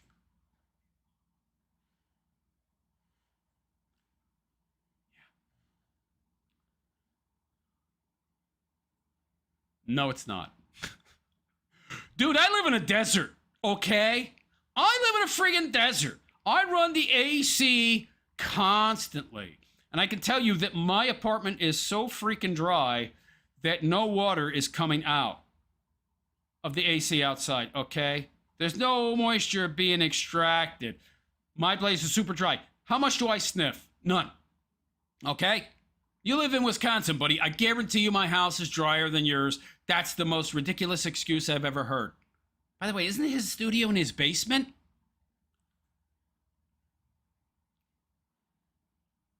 What do you mean April air? What?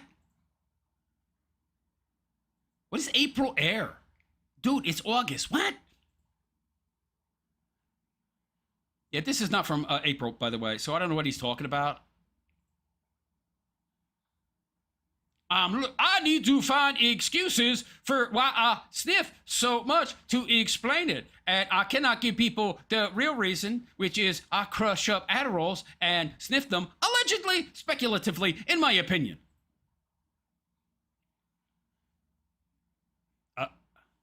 Oh. Oh. It's called Adderall, pal. Okay? In my opinion.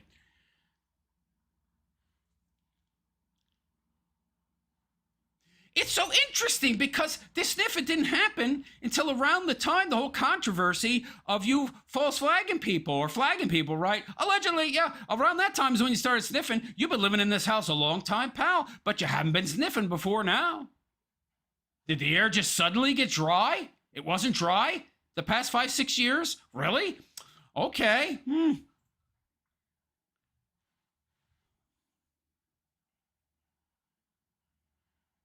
Oh, it wasn't running in the past? 450-pound man? It wasn't running in the past summers? And you weren't sniffing then? Ah. Oh. Oh.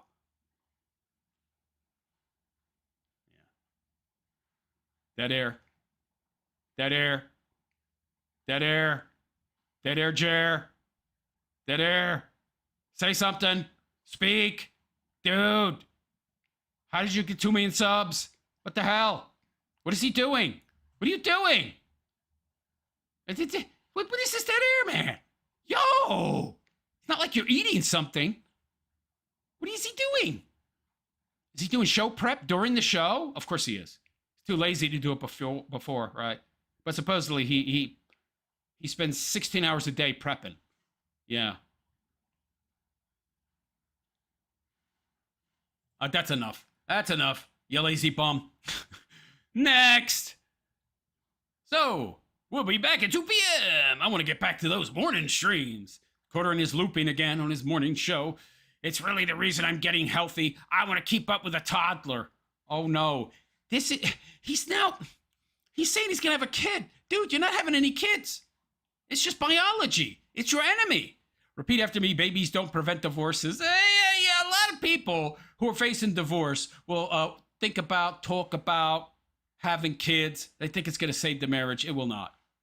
Let me know if anything is broken. Jer's pushing his new website redesign and downplays his shady usage of affiliate URLs, which we will talk about later. But anyway, yeah.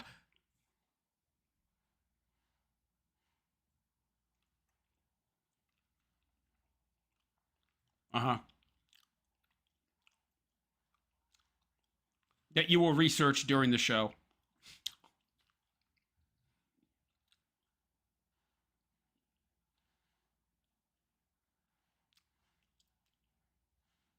$5 or $10? Which is it? That's a big difference, pal.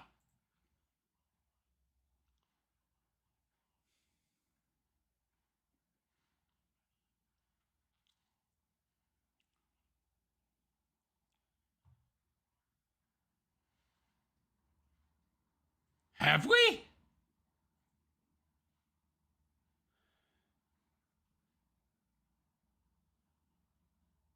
No, you got to be mature before you have them. What are you talking about? No, he's wrong about that.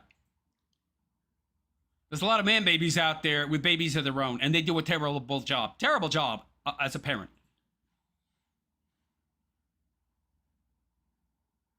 If you can. And guys your age usually marry abroad 20 years younger.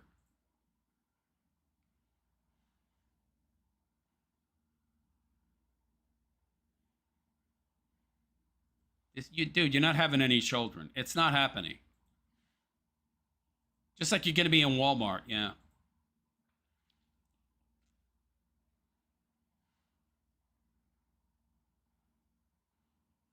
Dude, we know you're millitiming it every night, so you're definitely not on no keto diet.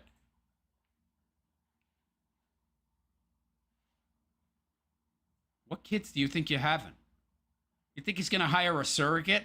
Because I'm telling you, pal, your wife, she ain't having no kids, buddy. Isn't he infertile? Doesn't he have defective swimmers?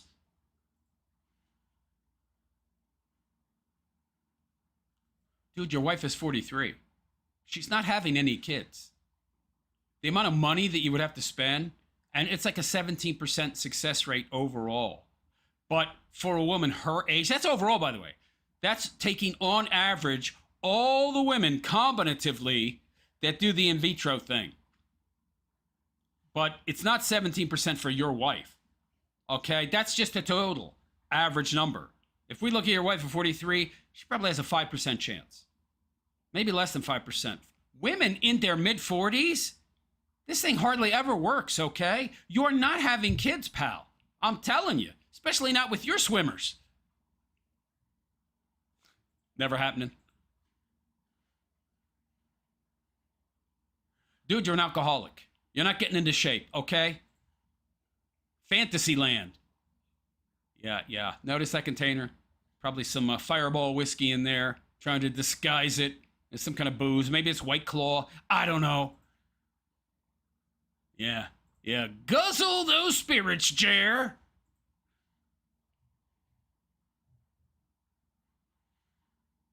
Move that Zin around. Sniff some more. Sniff some more, buddy. Eh.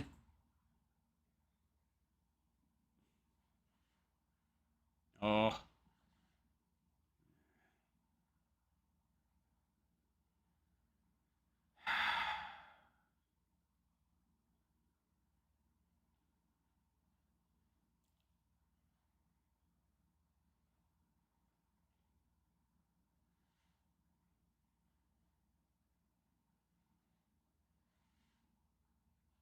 No.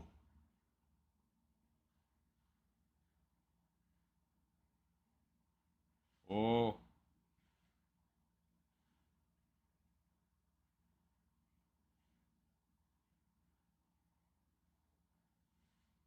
But don't leave a bad review or he'll crash out. Ah.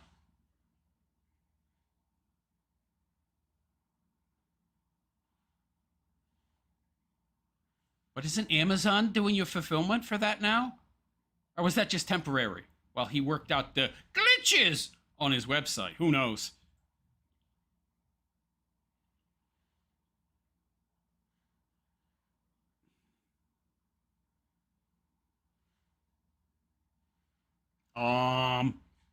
Dead air.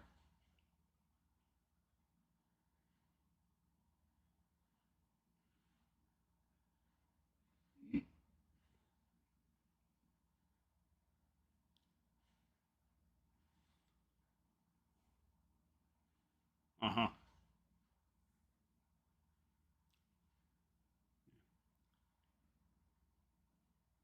Yeah, we're sniffing. Yeah.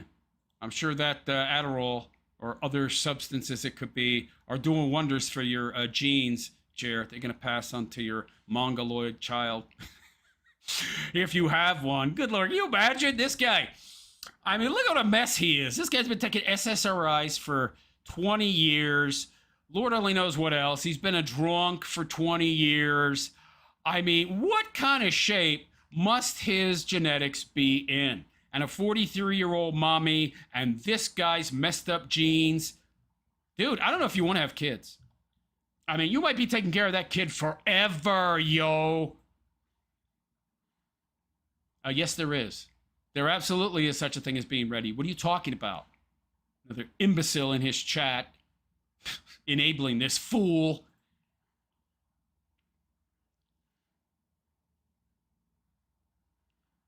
It's already too late, pal. I got news for you. Biology, reality have made it too late. Two 43-year-old people, one of them a drunk pillhead who's got damaged genes, and the mommy who is just old, geriatric for pregnancy. You are not going to have a kid that is going to be able to take care of itself properly. I mean, it's going to have a lot of problems. Kid's going to be, drug addict or something like daddy. Subpar IQ. Oh, good luck with that, Cheer. I'm sure that's going to work out real well. I'm sure that's going to save your marriage. Oh, yeah. So there you go. The Corderin is planning on having a kid with a wife whose name he doesn't mention, who he never talks about in a positive manner, who is sleeping in a separate bedroom from what I've seen, who doesn't bang him at all, who has tons of bulls. Lord only knows if Gerald actually be the father. Maybe the kid they're planning on having is with one of Heather's bulls, and he'll sign away paternity, and then Jer can raise it, and he can be a true cuckola. Well, he's already a true cuckola, but he can really, really live it out now by raising another dude's offspring. But anyway, there you go. There you go. More nonsense from Jer. Oh, I'm going to have kitties at 43. I'm not so sure those kitties are going to be yours, buddy. But let me know what you think in the comment section. And please like and subscribe to my YouTube channel if you have not already. Hit that notification bell to be notified of any future content that I might create. And if you like and appreciate the raw RP way I tell it like it is, well, subscribe. Share my content on other platforms. That's one of the best things you can do to support this channel. Share my videos on Twitter, share on Facebook, share on Instagram, or you can make a direct donation via Super Chat or follow my Patreon, which is on a monthly basis. Any amount you can donate is greatly appreciated. My Patreon link is in the description.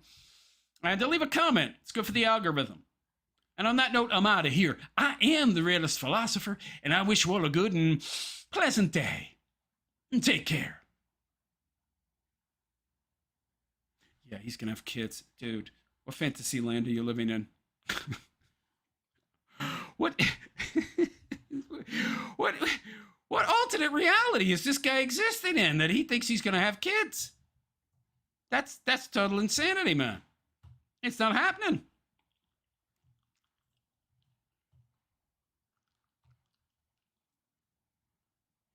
All right. I'm back. Let me get to your comments, if any. I'm scrolling back. Please be patient.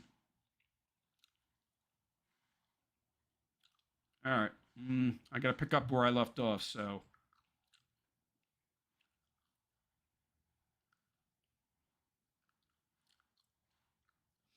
I'll follow you, says, I'm glad seeing you go after a big dog. Billy Mike, I have always been a bit suspect of Mr. Wilson, for good reason.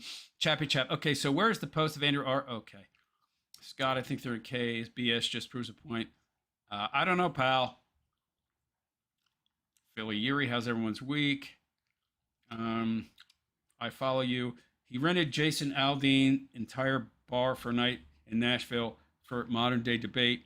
He's definitely suspicious. How's he getting that kind of money? He's being staked by somebody, man. This guy, he can't afford that.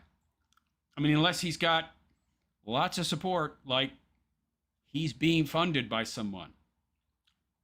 Chappy Chap, lots of people his age have no online footprint, no. Chappy Chap, his online game was playing Call of Duty. Billy Mike, the lack of info on this character is very, very sus. Yep. I'll follow you, says, funniest conspiracy I've heard is Andrew and Rachel are brother and sister. Oh, that's nonsense. I mean, I've never seen pictures of them kissing. Maybe they're just private people, dude. Chappy Chap, it's not suspicious at all. Lots of people say, okay, he keeps repeating himself. I'll follow you. I don't know, Chappie. Nearly everyone has social media like Facebook, especially with how tech savvy. Yeah, but Facebook is mostly boomers, man. Even old folks are online, man. Follow you says Rogan could. I don't know what you're referencing. TPUSA 2, good point. Grunt says they do not need a return. Yes, they do. I'll follow you. Destiny, I knew game. He was huge in gaming. Andrew, I've never heard of being a huge gamer, but he was a gamer. Yeah, he was much smaller. But he somehow, yeah. I only heard him when he got famous debating Matt Dillahunty. Well, Matt Dillahunty's a goofball. Okay. Shane Cashman, charging my phone at a gas station. Oh, I think I read that already. Clash Takova, so certain... okay.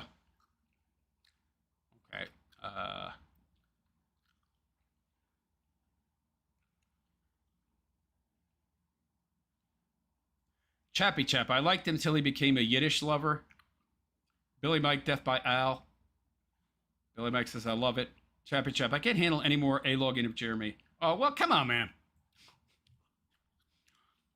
Chap Chap, FYI, we can't hear anything. Well, that's not good.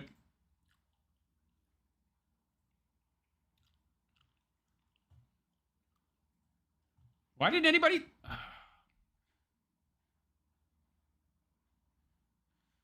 Oh, shit. See, I didn't know. I had the sound off, and I had no idea.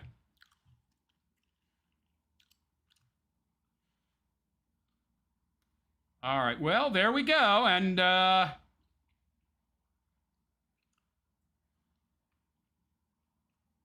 I'm sorry about that, guys.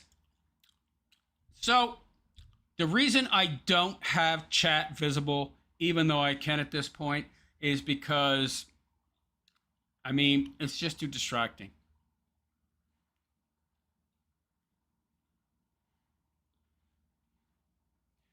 Well, nobody... Okay. So I have, yeah, all right, so I screwed up. Lovely.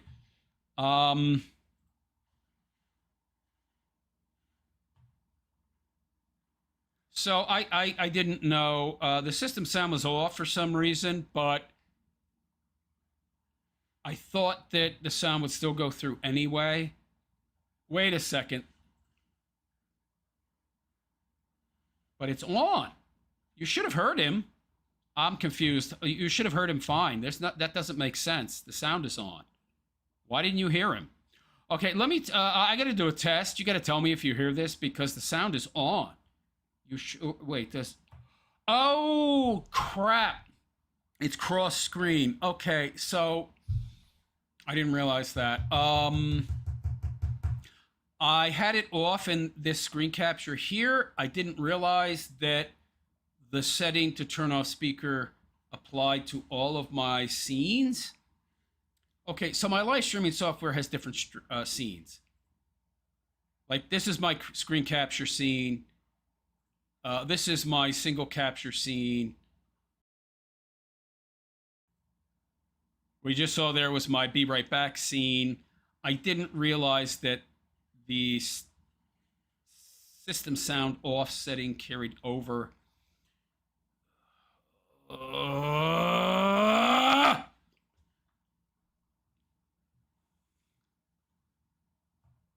This pisses me off. Fuck.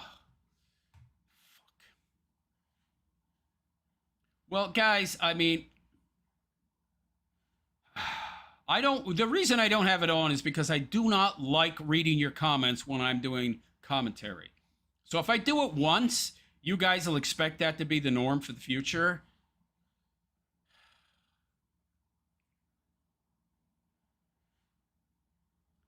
CJ, I think Jeremy fakes the weird head. I don't care. At this point, I don't care. I really don't care. I mean, I just did a whole segment there and with no sound.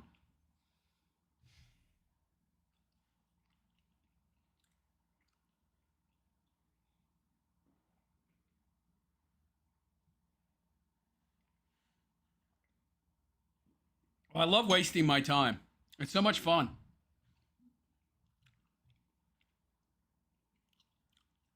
For no support, no super chats. I don't know how you guys think I'm going to keep this show going. Definitely not going to be off views from this live stream. That's for sure.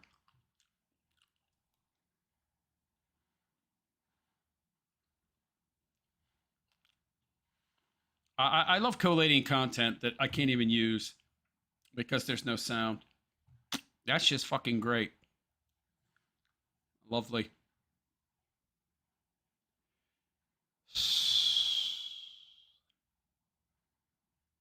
It's just that. I mean, the chat, I can't read both. I can't keep track of both. It doesn't work. I don't have the room. Look. Where's there room for chat here? Do you see room? Do you see any room for chat? There's no room for me to have a chat window here.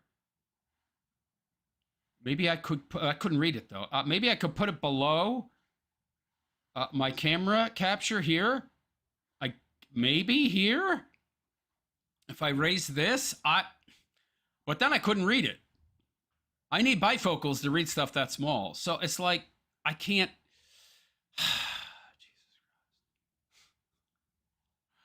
It's just functionally not possible. Where am I going to put the chat? Yo, there's nowhere to put it. You're like, oh, can he read our chat during the show? No. There's no way to do it because I can't read it. It's too freaking small. Like, what am I going to do? I'm going to turn on live chat. I could turn it on now. It's disabled. It's not enabled even. It'll work here. I've got to get it enabled on my screen capture screen, but even if I enable it, it won't work correctly. Let me see here. Remove. Turn on live chat. Chat's disabled, so it's not working. I have to, each stream I have to like cut and paste a new URL. It's like a real pain in the ass. It's a total pain.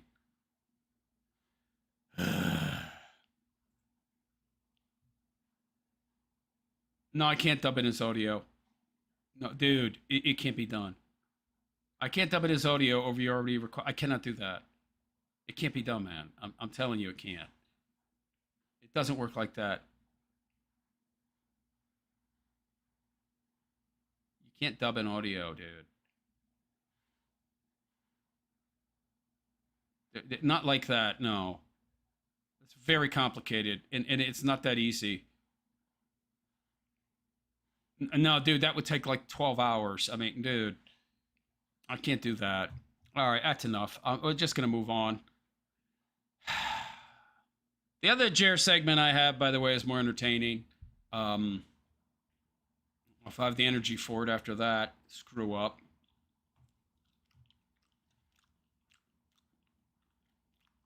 This is one of the problems with the demanding chat. Reading all of the chats.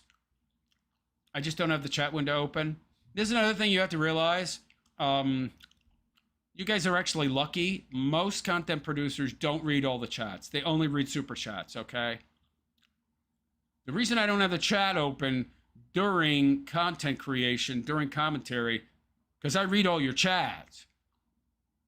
It would take like 2 hours to do 20 minutes of video because all your chats. It's just not practically feasible. That's why I get to them after. But anyway, let's move on. We've got some more stuff. Next is our pure comedy segment, so that should be good. Yeah. And now the sound is on, but I'm going to do a sound check just to make sure. Did you hear that? I'm really, really tired, and I'm annoyed. I love doing a segment, and it's useless. That's so much fun. You know. All right. I should have done a sound check before, but it didn't occur to me because I forgot. I was going to do a sound check, but I forgot because I have brain damage, and I can't remember anything. Having brain damage is wonderful. You know, it's really fun. It's really great, yo. I can't remember a damn thing. It's so wonderful.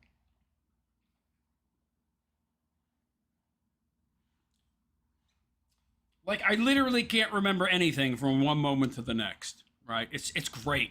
It's great being brain damaged. I love it.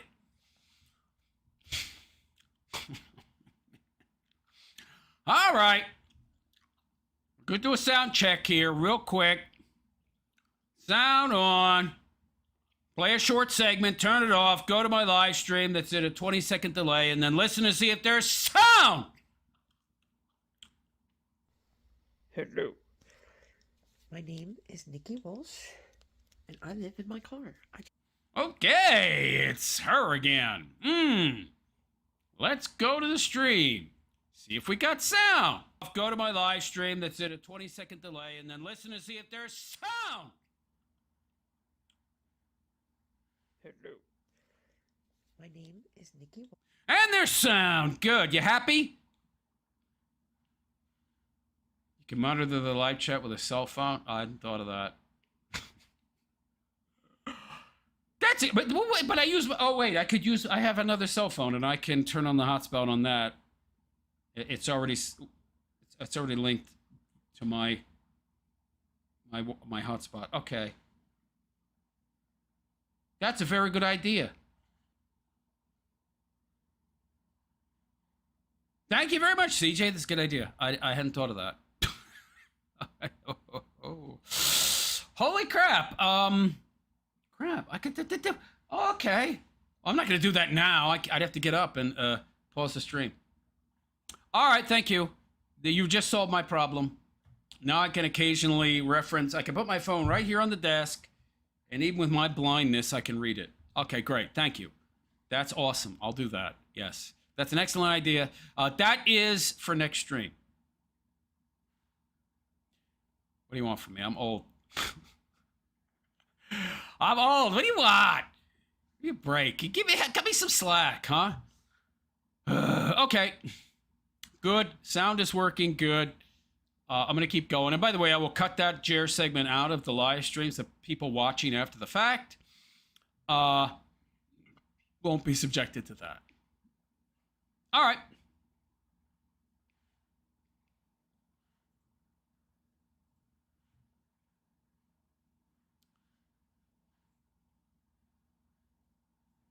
And I cannot rewind. There we go.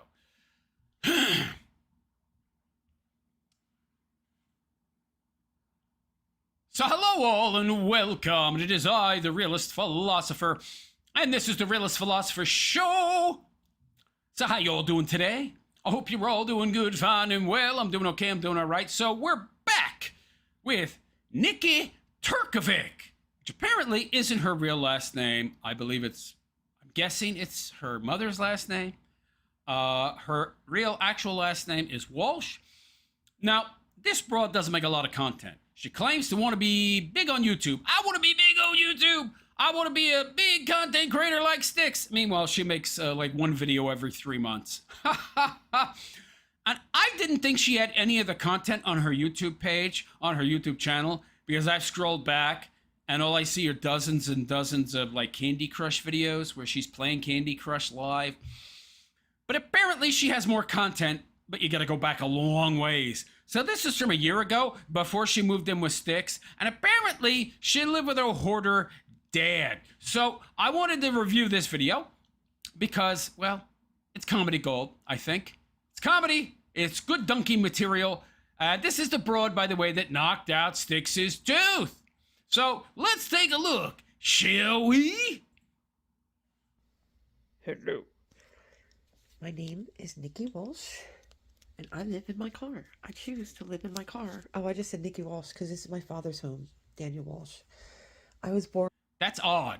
So she chooses not to use her father's name, instead probably using her mother's name. So Nikki Turkovic is not her legal last name, I don't think. Interesting. Or Nicole. Or maybe it is, I don't know. Nicole Rose Catherine Walsh. And I have... Well, now we have a real name that we can use to search for more info on her and see what she's been doing in the past online. Changed my name to Nikki Turkovic. She changed it? To Nikki Turkovic? Well, whose last name is Nikki Turkovic then? Is it her mother's? Did she just randomly choose that name? That's a very odd name to choose if it's not her mother's last name or something. This is my Nissan Altima. Across. Is this Baltimore? She has a Nissan Altima? Aren't those crappy cars? Isn't that the car with the CVT transmission? That's renowned for braking prematurely? The street. I would rather live in this Nissan Altima than in this home of horrors. You'd rather live in a car than a house? Why? Wait.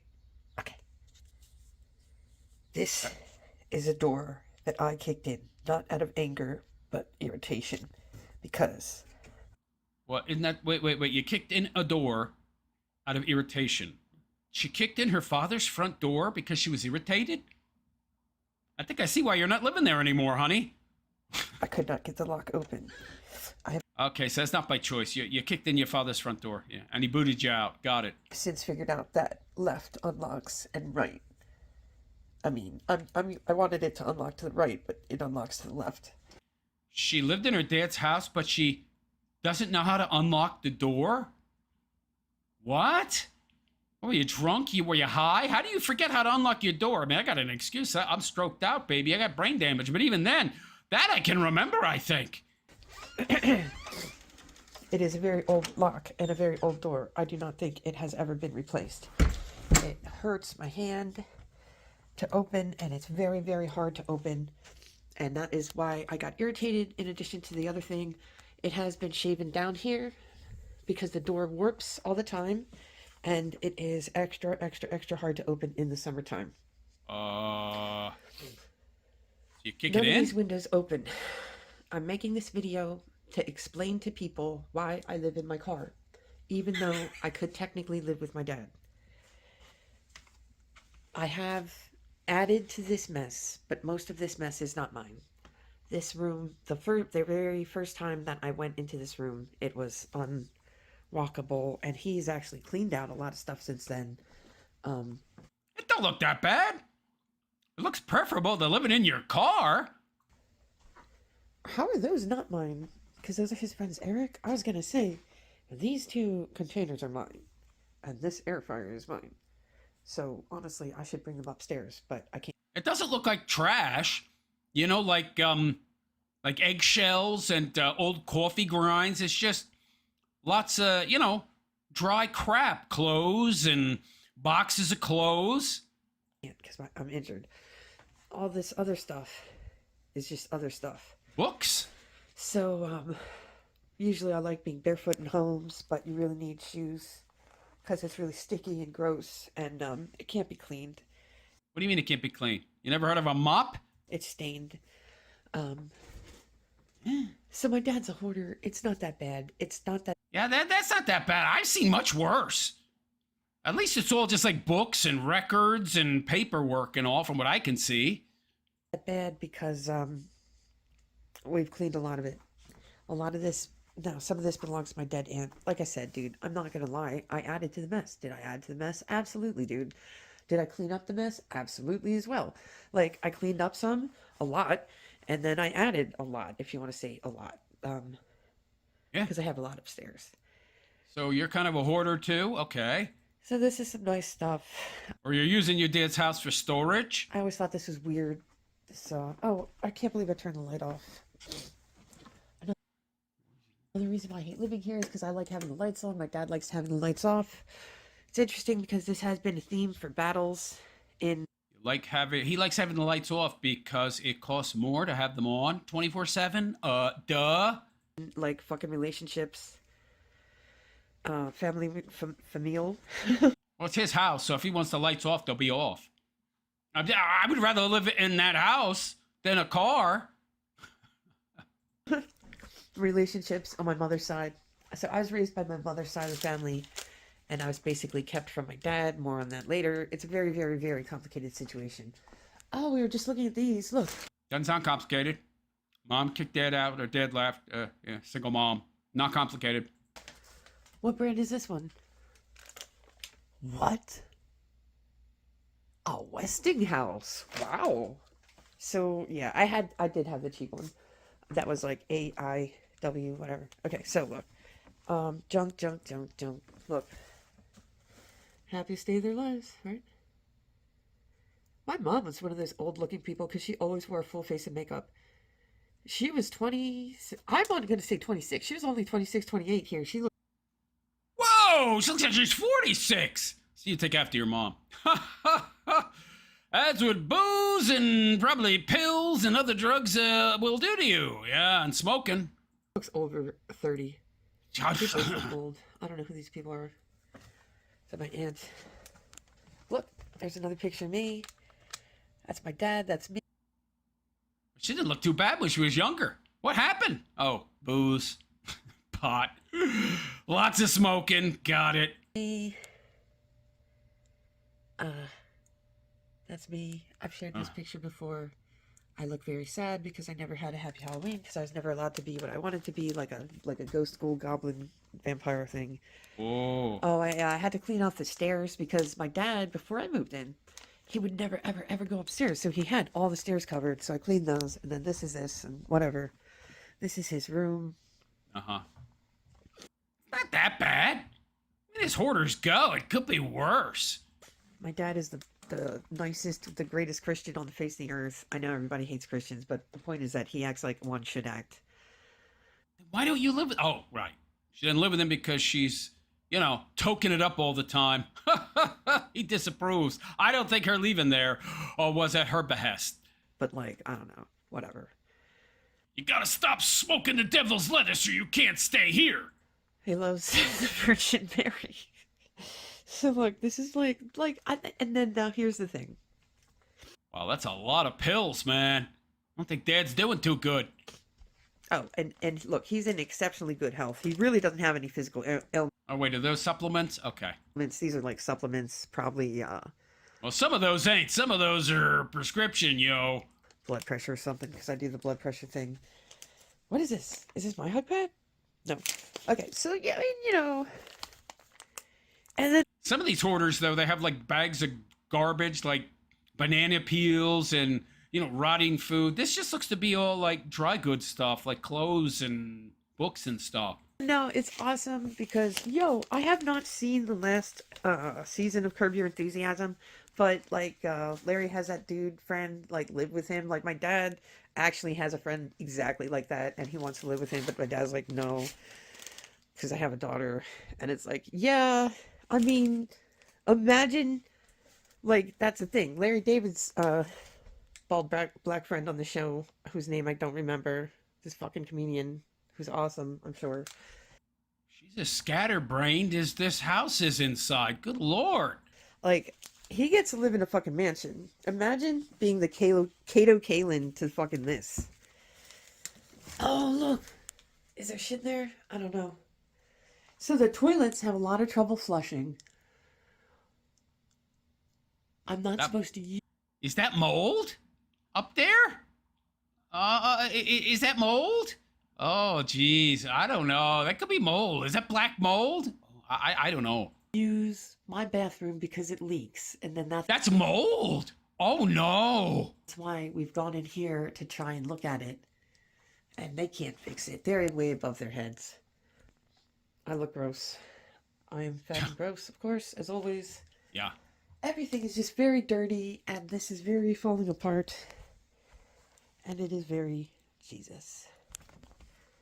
And look, why is this still on the TV? I'm not going to touch it because he actually uses an antenna. Look, guys, I didn't know until my father that you could still use an antenna. Yeah. It's called the airwaves for a reason, sweetheart. You get free fucking television. There you go, Virgin Mary. See, I'm cursed. I'm a Virgo. I'm a Virgo virgin. Oh, she believes in astrology, of course. And I'm just cursed by this.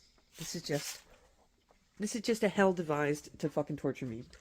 Shall we go upstairs? We're gonna... How could this be worse than living in your car, though? Cars, by the way, are not made to live in. They have no ventilation. So if you're living in your car, that moisture's going to build up, and you're going to have mold forming, okay? So... Go downstairs. I wish I had a way to fix my oatmeal. We're going to find out. Well, it's called a microwave, honey. The weird thing is that this is not my microwave. This is Eric's microwave. So you do have a way to make oatmeal. Okay, my dad's Kato Kalin is named Eric with a C, I'm sure. Someone else lives there? We're Americans here. And he's not like, oh fuck, did I just, oh, that was the light down there. Okay, it doesn't matter. All right. How? What is So that? this would have been a nice house, I guess. But, so I fell like a month ago now, and I've been avoiding going downstairs. She can't walk downstairs? You're like 42 years old in this video. You're not ambulatory enough to navigate stairs? So this is really uncomfortable. I did tear my ACL again, so I need it operated on. And I did recuperate here the very first time that I got my ACL operated on, and it was hell. Because my dad is huge, and he doesn't want to like fucking, oh, this is great. Now it feels like an expose. Your dad is huge. Have you looked in a mirror, honey? So look, this is really sad, dude. It's sad because of all the mice carnage. Since I left, there's been a lot more mice carnage. I used to try and prevent this, but I mean, it can be unprevented. It's unpreventable. Maybe the wet foodstuff garbage is in the basement. Also, I'm the cat that gets stuck. I'm the cat that befriends the mice, but I'm also the cat that gets stuck in the traps. Hey, look, it's got shit in it. I can drink that. Look at all the boxes of Diet Coke. Good Lord. So yeah, I mean, stuff is falling apart. I don't know where this came from. I was gonna call this sidebar. I don't know this fucking... That's nasty, man. That's kind of dirty. I mean, yeah, it could definitely use with a good cleaning and some bleach. molding came from. Look, like food, like stuff. Look at Oh. that. I mean, one of the cooler aspects is it's like a time capsule. It's like a, Looks like all that food's at least dry goods. Yeah. it's like, I didn't mean to do that. It's like a free, I was just wanting it to be on one Zoom instead of, oh, okay. So look, Got some pork rinds I saw there. I like those. dude, I cleaned this. Like, this was really. Okay, it's a box. Empty pizza box. That's not so good, man. But I think the pizza that goes in the box is like covered in plastic, so there shouldn't be any like food particles in the box. Really bad. Ha ha ha ha ha. I know. But this was really bad. Like, worse than this. Okay, that's not so good. Yeah. I first tried to move in, and then I moved all this stuff into the other room, which we'll go into in a moment, and now more junk has come back. Now these things aren't mine. When I originally came in, I moved my kitchen stuff in here. Like, this was a box filled with pans, and he's never going to remove it, and then so... Why don't you remove it? You can't throw out boxes? How lazy are you? She's very lazy. I think the pans are removed from it, though. Your dad's giving you free rent. The least you could do is clean out and maybe have a yard sale or something. I don't know, give some stuff away on Craigslist. Like, oh god, everything just stinks. It smells horrible. Yeah. See, look, I wonder if that cock's worth anything. Let's look at the... You could clean up with bleach. Bleach and water. That'll get rid of that smell. Unless it's mold and it's made its way into all of the wood. Oh. Like, they have these videos of people going into thrift stores and picking out things to buy. I bet I got shit in this house that I could sell, you know what I mean? Yeah! Look, these are the other things. She's too lazy to follow through on that idea. Look, his mom liked the cock. That's why he likes virgins. Tchotchke crap. Him. My dad would not notice. I could ask his permission or he wouldn't notice. Obviously, if I said, Dad, I can get $50 for this dog, he'd be like, get the $50. You ain't getting $50 for that dog. You ain't getting $5 for that crap. He'd be like, You'd have a hard time selling all that junk for 50. you actually going to contribute to this shit? It's like, no, dude, I'm not. Nope. No, I can't be bothered. You give me free rent, but nah. Nope. Honestly, I feel like I'm pretty entitled to this empire of filth. I don't think I need to contribute anything, dude. I think You could take away from it by, cleaning it. No. God forbid I pull my weight. Somehow. I'm just gonna, like, walk away from it after you die. I don't know, burn it? Look. So look at this. A dead mouse. Okay, now that's not good. We got loose food. That's a Dorito. What is that? An apple core rotting away. Yeah, that's not good. That's on you, honey. Though you could clean that up. That's obviously your food scraps. Lovely. That's the This is what we're talking about, dude. Oh. You like that? You like that? You want to live with that? No. This is what, when I complain. You can clean. What do you mean complain? You can clean it up. You said your dad is a behemoth. He doesn't go into the basement. You're living down there. Clean it up then. People are like, oh no, what the fuck? Like, I want to drink, dude. The funny thing is, I want to drink one of these. These don't even look appealing anymore since Coke Zero exists. That sucks. He bought that for me. He drinks non-diet. He bought that for you? Traps. Sounds like your dad cares a lot. Why can't you return some of the affection, you know? Help him out. Clean up some. Oh, I should have turned this light on already. Look, no matter how many times he replaces it, it takes forever to turn on. Because the fixture's probably 1,000,000 years old. Oh no, maybe it just burns through them because it was made in the 50s. I don't know. I don't know either. So, like, I wish that we could clear out this room of all this junk. I wish that Maybe there's a leak? Look into that, honey. this junk didn't exist. Because then I would live here. Why don't you just go through it all and ask him what he wants and what he wants thrown out? The issue might just be that he's so big, he's so overweight that he doesn't have the energy, doesn't have the stamina to go through this stuff and pick through it, what he wants to keep, what he wants to throw away. You could do that for him. Nah. In this room, I mean. And then I could get my knee operated on. And then How about you lose 100 pounds? That'd solve your knee problems. I would have the kitchen right here.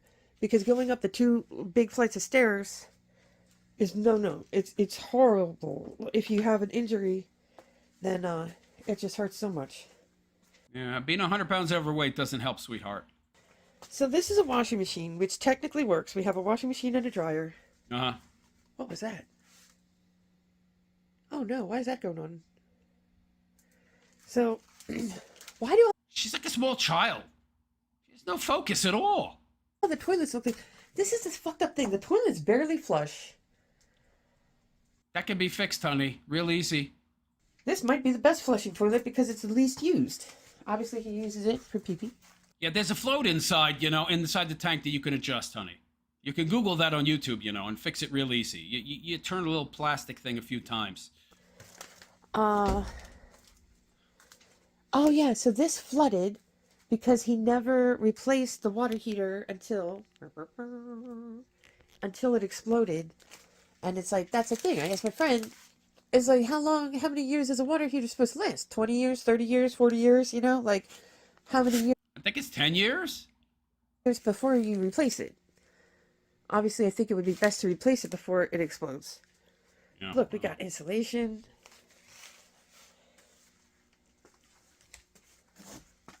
Let's use this shit. Look, this is... my mother had this portrait done on the streets of Vancouver. I wonder if it says it on the back. I bet the artist signed it. Did they? I can't believe they framed it. Whatever. So it's just a nice little... I mean, it looks like it's, not charcoal, pastel fucking shits. Hey, this looks like mine. Oh, fuck it. Okay, look. So look, I really wanted to eat this oatmeal, but I don't know, man. I don't know. I don't really think I need to eat right now. We can agree on that. What's in the fridge? I also have to clean these out when I moved in. Hey, look, I could have a cold beer if I wanted. Oh, yeah. That's her breakfast, huh? Of course. Hey, he's got the Cajun crab dip. I wonder how old that food is. So I'm just gonna take a real Coca-Cola. Is that mold? Is that mold at the bottom? When's the last time these fridges were cleaned? And I'm gonna drink these 200 calories or 160 calories and just be done with it. I'm not gonna eat this oatmeal. What is she I drinking? did find out that they She's drinking Coca-Cola? She's having soda for breakfast? have... What? I had anxiety about walking into the, Wawa, but now I've scoped it out. Wawa? And you look for She has anxiety about going to a store? What think her and Styx have more in common than we first thought. A red rocket spout. And I can go in the Wawa and I can get my hot Wawa. water. It's like a convenience store in Baltimore. Wawa. Okay. And I'll be fine. Yeah, you might want to have anxiety going outside in Baltimore, yo. And I'm out of shape, so I can't even go up the fucking stairs without Yeah, you're definitely out of shape, honey, yeah. not being able to breathe. I love this lamp.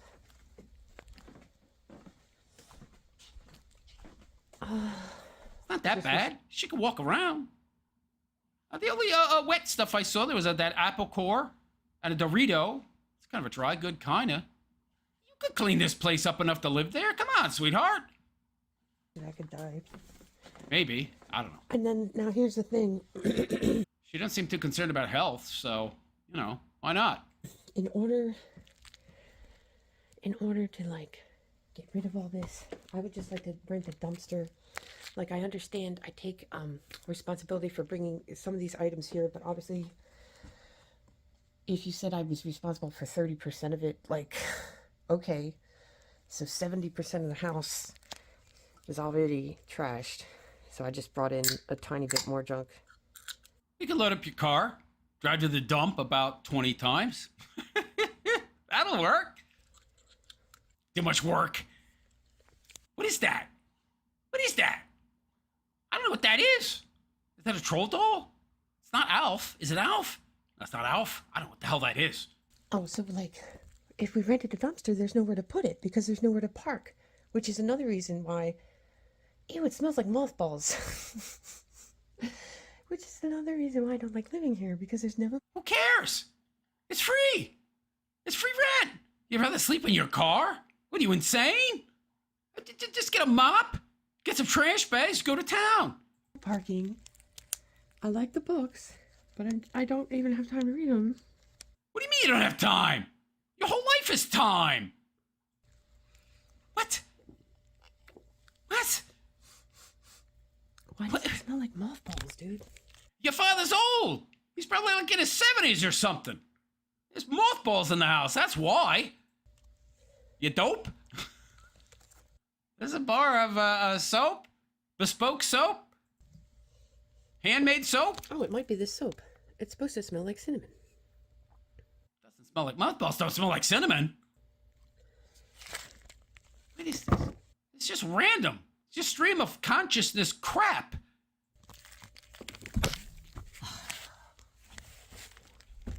He is mine. He Troll doll. is a wishnik. She's going upstairs. I'm not a successful wishnik, because I would have wished my way out of this. Uh-huh. This stain looks like blood, and it's funny because I assume... Put 5%, 10% bleach solution, 90% water. It won't discolor that. You can clean that up. No!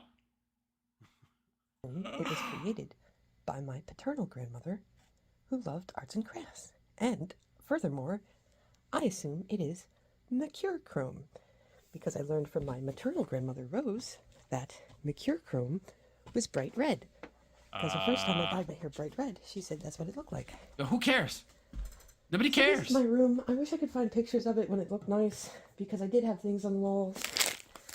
And then when I moved out like 3 years ago, to go to Texas. Why'd you go to Texas? Probably some dude.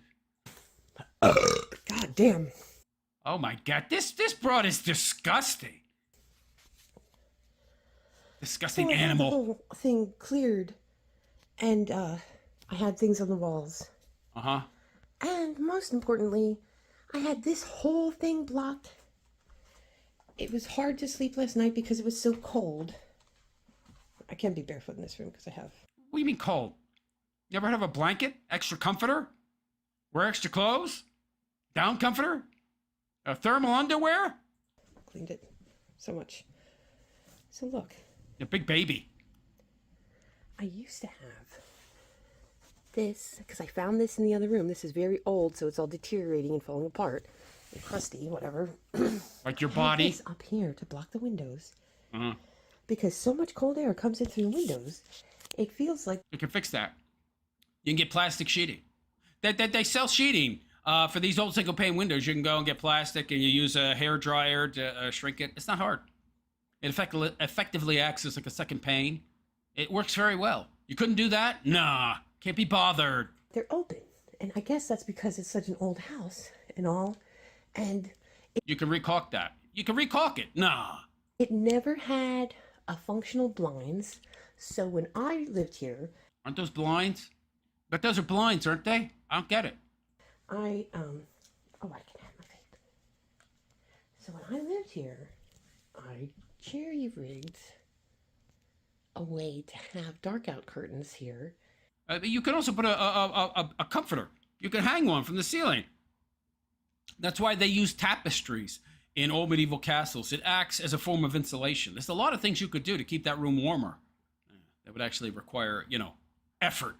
And as the final inside layer, or one of the layers, I also had, what's it called? A sleeping bag. See, that works. When I lived here, it was okay. And then also, the air and heating system is broken in my room. And it's always been broken in my room. This room, which I think was my dad's room, and then the other rooms. Why don't you get a job? Get a job and fix it. You bum? Why didn't you get a job? Do some repairs. Repay your father for his Christian kindness. No. Or his sisters.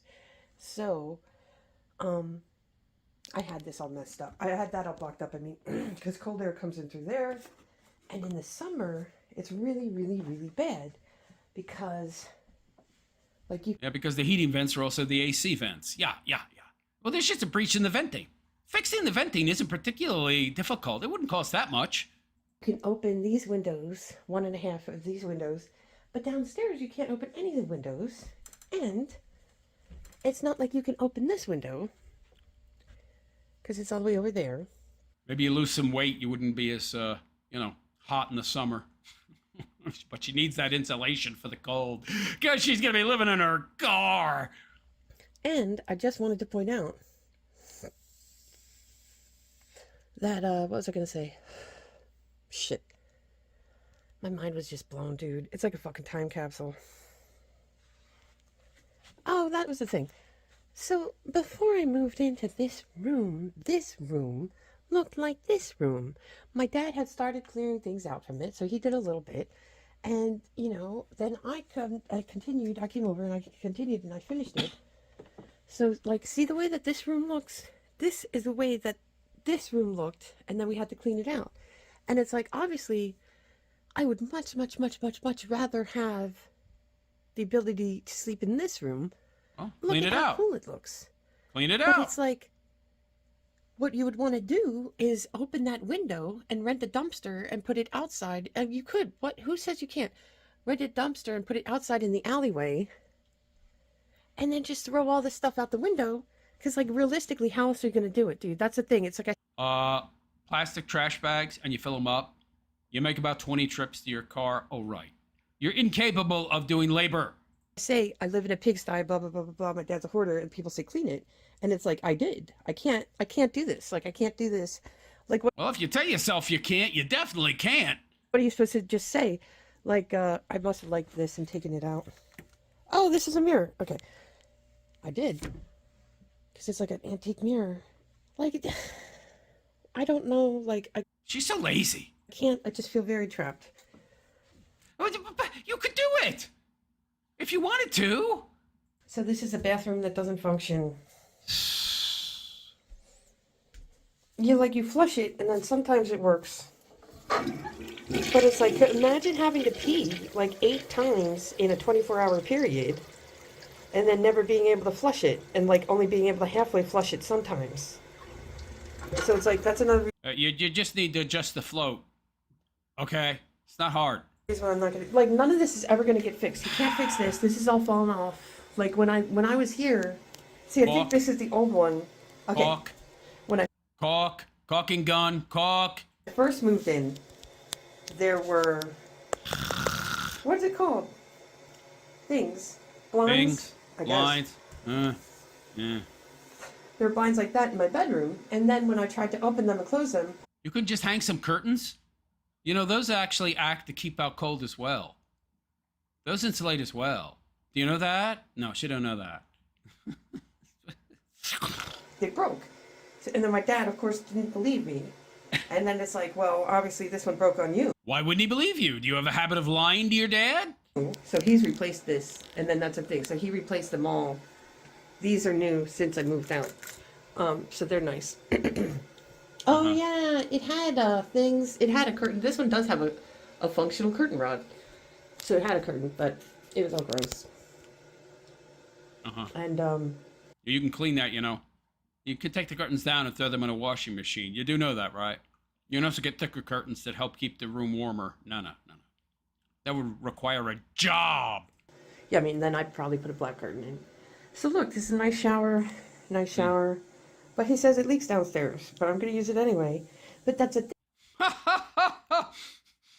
It leaks, but I'm going to use it anyway. Wow, great. That's where the mold was we saw downstairs. Yeah, lovely. Like I can't like okay, so I'm going to use this like I. So the leak is probably that drain. That's not a hard fix, right? It's really not. I've used this I mean, it could be the piping too. But you know, I mean, shower now twice a year, right? Because apparently it leaks horrendously, and I'm afraid that I'm going to fall through the bathtub, like the guy on fucking Family Guy. well, you're definitely gonna if you keep rotting the floor by using this shower that leaks. Yeah, you know, you could call a plumber. Like his neighbor, like they always. Why don't you just look where the leak is? Why don't you just look for where the leak is, and then you could resolder it? Oh no! God forbid I learn some new useful skills. Laugh about it. Oh my God! If it's the water piping, you can resolder. Right? It's not terribly difficult. Even gave him. And if it's a seal there at the drain, that's easy. It's just an O-ring. It's just a piece of rubber. It's not terribly difficult. None of this is terribly difficult. His own show, and then they canceled it. Why do I want him to be named Ruxton? Like, Jesus, that's not his name. It starts with like a C. Anyway, I didn't want to like fall. I'm like, how realistic is this? Am I going to fall through the floor? This is actually one of I mean, as heavy as you are, maybe. the biggest, nicest bathtubs. And now it's dirty beyond belief because my dad's been stepping in it. So I'm just going to take a shower. I'm never going to be able to use it for a bath again because I would always have to put up with him disrespecting it, stepping in it with boots. What do you mean disrespecting it? It's his house. He can use it however the hell he wants. I love the entitlement of this broad. How dare my dad use his property as he sees fit? It's an inconvenience to me. through the whole house with boots. He even lays in his bed and puts the boots on his pillow. It's his bed. It's his house. What? Oh, God, this broad. I swear to God, this has bugged me my whole life. It's fucking insane. Because we've lived in a filthy hoarder house my whole life. And, You said you grew up with your mom. So not your whole life, right? Wasn't in your life for most of it, was he? I mean, Yep. So that's it. I mean, there's a lot more to say. So it's like... Yeah, God forbid I get a job, pay for some repairs to my dad's house in exchange for the free rent. God forbid I take care of my dad, who actually sounds like a pretty good guy. Doesn't sound like he was a horrible father. I mean, he was non-existent. He wasn't in your life for most of your life, apparently. I doubt that was his choice. But anyway, you could repay him by taking care of him and helping keep the house up. No. I am immune to responsibility. This is how this looks just as a crashing pad. I hate this fucking bed. I used to love this mattress because I used to just have this mattress on the floor when I lived with my aunt, and then she died and I had to move here, and I did put it on this box spring. So she lived with her aunt before she lived with her father. So it's only very recently that she's lived on her own and then in her car. Wow, talk about a late bloomer, yo. She's just like Styx. No wonder they get along so well, or did get along. Like attracts like, baby. I keep telling you. Because, like you see, we had more, like I could have had a larger bed. I could have used this larger bed, but it was horrible, uncomfortable. Now, God forbid you be uncomfortable. And it sucks, because I would prefer to just have this mattress on the floor, but, you know, you've got all the mice and bugs. Oh, you know what would solve that? Cleaning the place! So you really can't do that here. And you've got that hole in the wall right there. And then now this door leads to the attic. And, yep. I guess that's another reason why it's cold and whatever. And yeah, like I have too much stuff. Like, yeah, this is all my stuff. Like, it's clothes. Yeah. I No exercise equipment, I see. This broad's never exercised. just I can't live here. I can't live here because if I was to live there, I would have to be somewhat responsible for fixing it up. I might have to fill some garbage bags with some crap. Can't do that. So I'm gonna live in my car and be a hobo. Great. There you go. Professional victim Nikki Walsh renamed herself Nikki Turkovic for some reason. Lord only knows why. She didn't keep her father's name. Father sounds like a heck of a lot better than her mother. I've heard her say horrible things about her mom. I can't have my daddy's name for whatever reason. But there you go. So Styx, Hex, and Hammer 666's tooth knocker router. Why she became a hobo? Because she might actually have to do some physical labor to make her daddy's house more livable. God forbid. Yeah, lovely. There you go. Little more insight into this person, what makes them tick. So let me know what you think of this person in the comment section. Are they a lazy hobo, shiftless bum? Or are they just a free-wheeling hippie that wants to be free and live under the stars and sleep in their car? That's perfectly okay.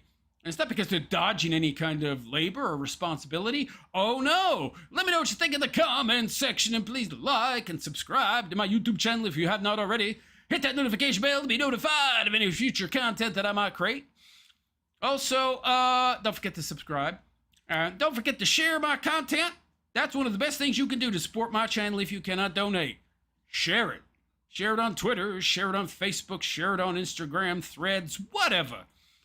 But if you would like to donate and support me directly, you can do so with a super chat or via my Patreon, link in the description. Also have a Cash App link there. Cash App is totally anonymous for sender and receiver. By the way, my Cash App ID is in the description. Anyhow, on that note, I'm out of here. I am the realist philosopher, and I wish you all a good and pleasant day. Take care. Yeah. Wow. It's very difficult to make this kind of dry content interesting.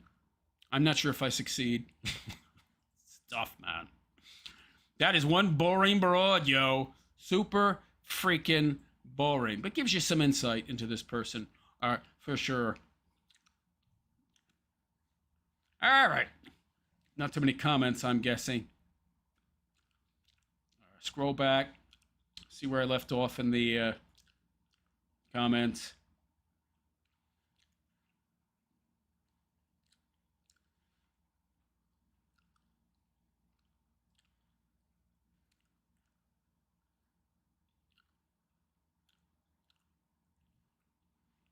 CJ548.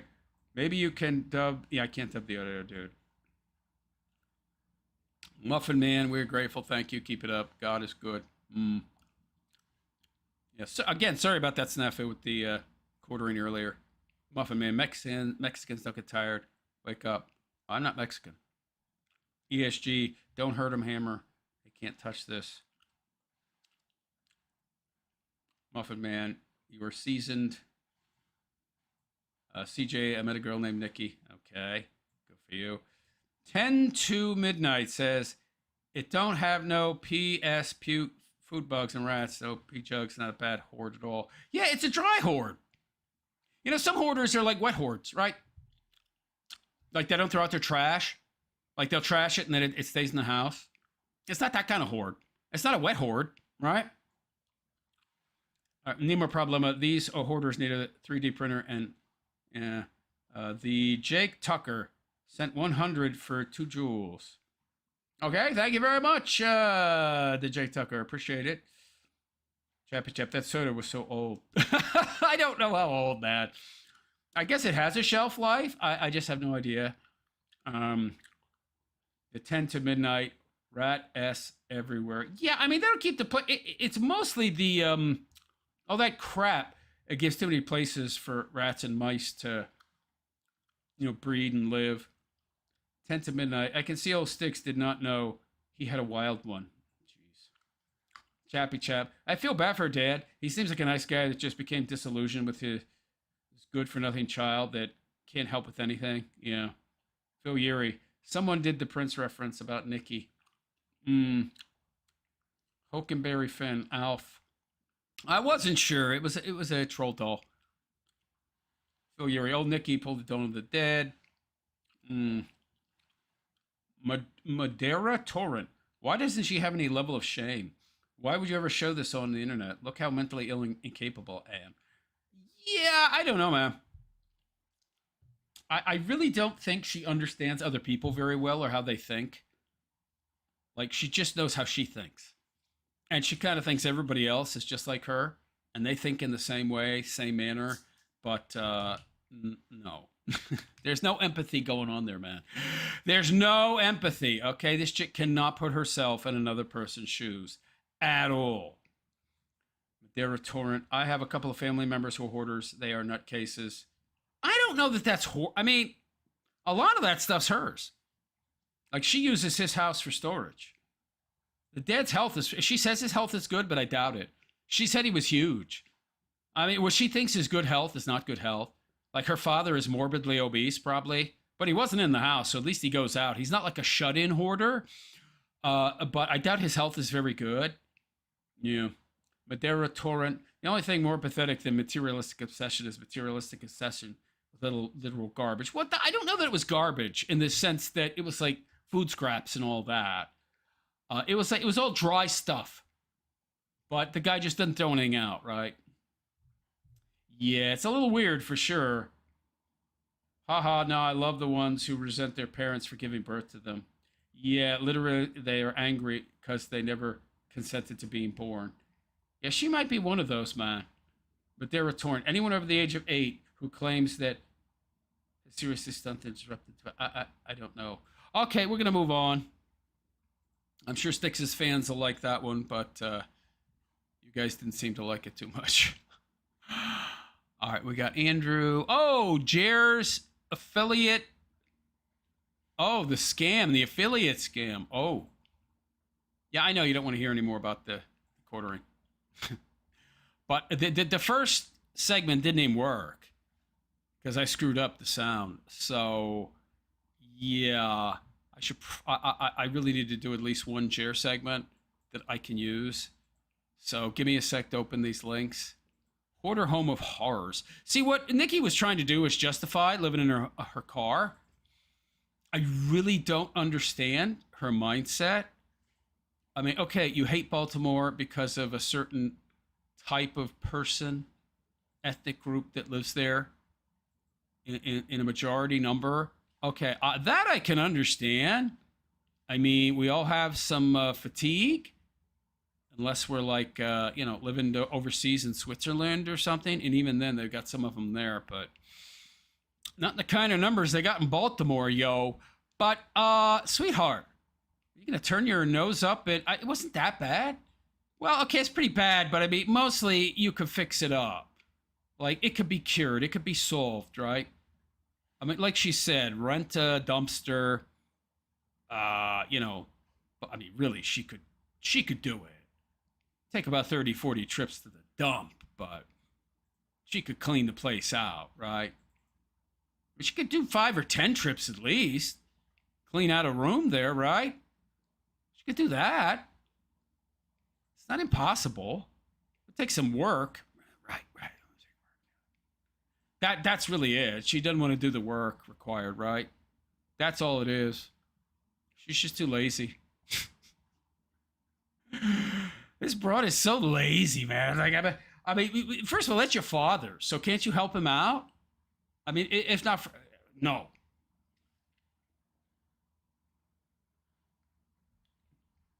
Now, okay, granted, she doesn't owe him an obligation just because he wouldn't exist without him, but he's giving you a free place to live, right? You can save buku bucks if you don't have to pay any rent, utility bills, but couldn't you help him out a little? Yeah, hire that freaking dumpster, hire a plumber. No, I can't be bothered. God, lazy people. I don't get it. I really don't get it. I mean, if the father was a bad guy, that would be one thing. You wouldn't want to help that person out. But from what she said, he's a good guy. And we know she has no problem talking smack about people who are in her life that are bad people, right? So I don't understand her attitude. But anyway, let's move on, shall we? Screen capture, check. Infinity me, check, check. Quartering, quarter pounder. Yeah, baby. So hello all and welcome. And it is I, the realist philosopher. And this is the Realist Philosopher Show. So how y'all doing today? Hope you're all doing good, fine, and well. So we're back with Jeremy Hambley and his white label drop ship crap coffee. I love it. I love it. I love that this guy is getting hammered into oblivion. Sales are suffering. His views are suffering. His shorts views are gone. He can no longer pump his numbers up to try and tell product creators that, hey, I got 50 million views. No, you got like 2.5, 3 million, pal. The quartering is playing dumb after his past affiliate program got exposed for being based out of India. So apparently, this is hilarious. So apparently, Jer had a scheme going. You could call it a scam. I don't know that it's a scam. But he had a scheme where if you bought something from him and used the link on his website, I think it was, it would then take you to Amazon. And then if you bought anything during that 24-hour period on Amazon using that link, he would get like a portion, like a percentage of whatever money you spent on Amazon or something. So that's interesting. And it turns out he was running that through India. Isn't this the same guy who was talking about how bad H-1B visas were for Americans because it was all Indians stealing jobs from Americans? Meanwhile, this dude is employing Indians to run his affiliate program or something. Wait a second. He had an affiliate program, so he had a link. Okay, that's something else. This affiliate program's different. I'm thinking of something else, actually. Yeah. One sec.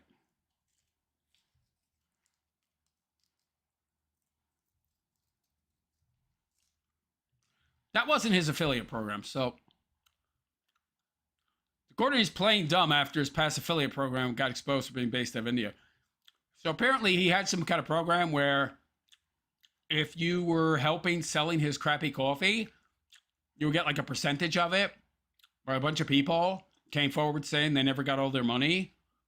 By the way, this affiliate program was being run out of India, even though the quartering has been heavily critical of H-1B visa programs because most of them seem to be nothing more than Indians stealing jobs from Americans. And yet this guy is running his affiliate program using Indian labor. Jobs that could be done by Americans, but not for as cheap as an Indian will do it. Interesting, the hypocrisy. Anyway, he's not paid out affiliates like Crazy Sharp. Interesting. Coffee. It's come to my attention that there are a few people from our past affiliate program that are still owed their final payouts from like a year ago. Firstly, I sincerely apologize. Do you now? I have spent the week fixing a lot of gremlins that piled up over the year. Dude, you got nothing but free time. You got nothing but free time. You can't pay your own affiliates? Email me at hello@coffeebrandcoffee.com with a screenshot of your affiliate dashboard, and I'll get you paid out. Plus a bonus for the trouble. How much of a bonus? $1? $5? Once I confirm your account.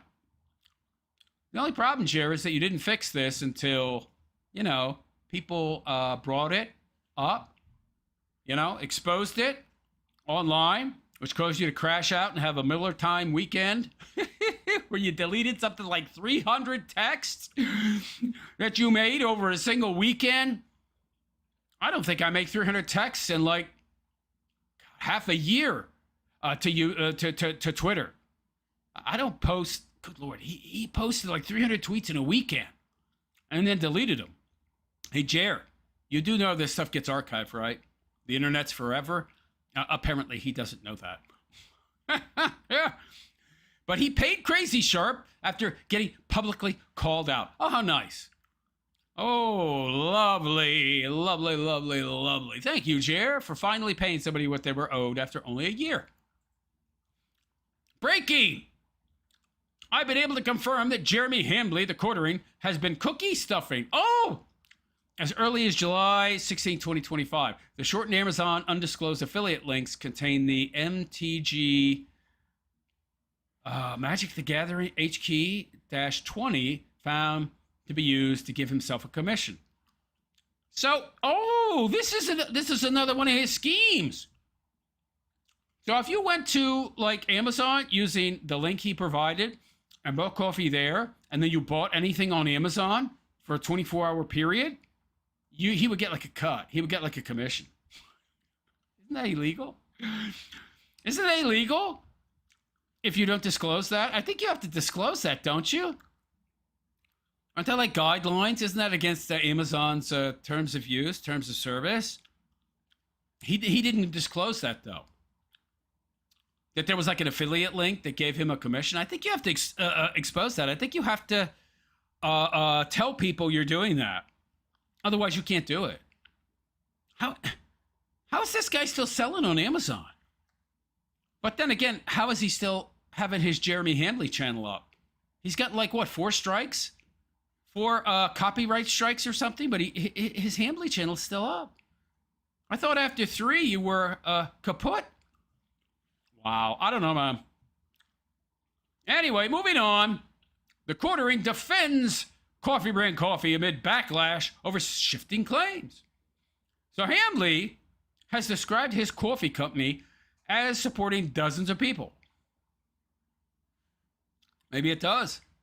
If he's talking about Java Tsava. Maybe he's still doing business with Mill Creek as well. I don't know. If he's talking about his drop shipping vendors, then yes. That's probably what he's referring to. Whose livelihoods are at stake, contrasting his earlier claims of running it solo. Right. Which is probably actually the case because the dude is dead broke. An email from him has, as owner, admitted he took over operations 60 days ago. Why? Why'd you do that, Jer? I mean, you're rolling in the dough, right, buddy? Why did you take over all operations? Oh, because you fired any staff you had because you couldn't afford to pay them anymore? Is that why? Dropped some services and promised fixes like faster shipping. I thought that Java Tsava handled that, right? Didn't he say they handled fulfillment? Or Amazon did that? Huh. A community note flagged missing disclosures on his site's Amazon affiliate links. Yeah, you had to disclose that, but he didn't. So he's been getting commissions from Amazon for purchases made using that link for like a year or more, while critics highlighted inconsistencies in staffing and roasting stories. Well, he told us it's himself that he doesn't roast the beans. He doesn't box and bag. He doesn't do the K-cups or any of that, with mixed customer reviews on product quality and service. Of course, he would say that the bad reviews are just from haters. I don't know, pal. Most haters don't want to actually have to spend money to dunk on somebody. So I kind of doubt that. I'm sure there are some people that bought your coffee just so they could post hate reviews, but I don't think it's the majority. Anyway, that's Tough Jer on the pinned comment tweet from PPP. It's so sad to see all these people spending hours and days and months trying to destroy my coffee company. Is he for real? Jer, aren't you destroying your own coffee company when you lie when you contradict yourself constantly, and then you tell us you lied all along when you say that you need an $80,000 K-Cup machine, which doesn't cost anywhere near $80K. I proved that on my video about your K-Cup grift. You can find that on my channel. I mean, dude, you lied about a whole lot of stuff, provably lied, but other people destroyed your company, or did them pointing out your lies destroy your company? Oh, well, they scream about how bad life ruination is. They're all participating in it.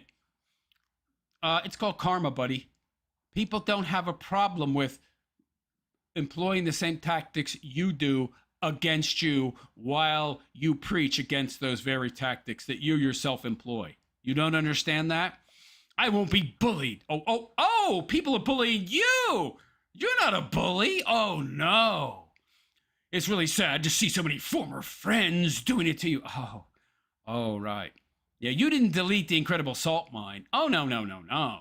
And destroy 8 years of your friends' work just for your own petty self-interest. Community note. The Quartering is facing criticism over Amazon affiliate links on his website without a clear affiliate disclosure. Amazon requires associates to disclose this relationship, and FTC rules require clear disclosure of material connections. So you see, Jer, the problem that people have that you claim is them destroying your company is that you had affiliate links that were enriching you for a full year, which you were supposed to disclose, but never did. Kind of like when they pointed out how, you weren't disclosing the ingredients of your coffee, even though the Food and Drug Administration requires you to disclose the ingredients of your coffee when said coffee has flavoring added. Oh, but that's other people destroying your company, not you. Oh, got it. Anyway, moving on. My team and I spent the weekend. Now he has a team. Managing CBC.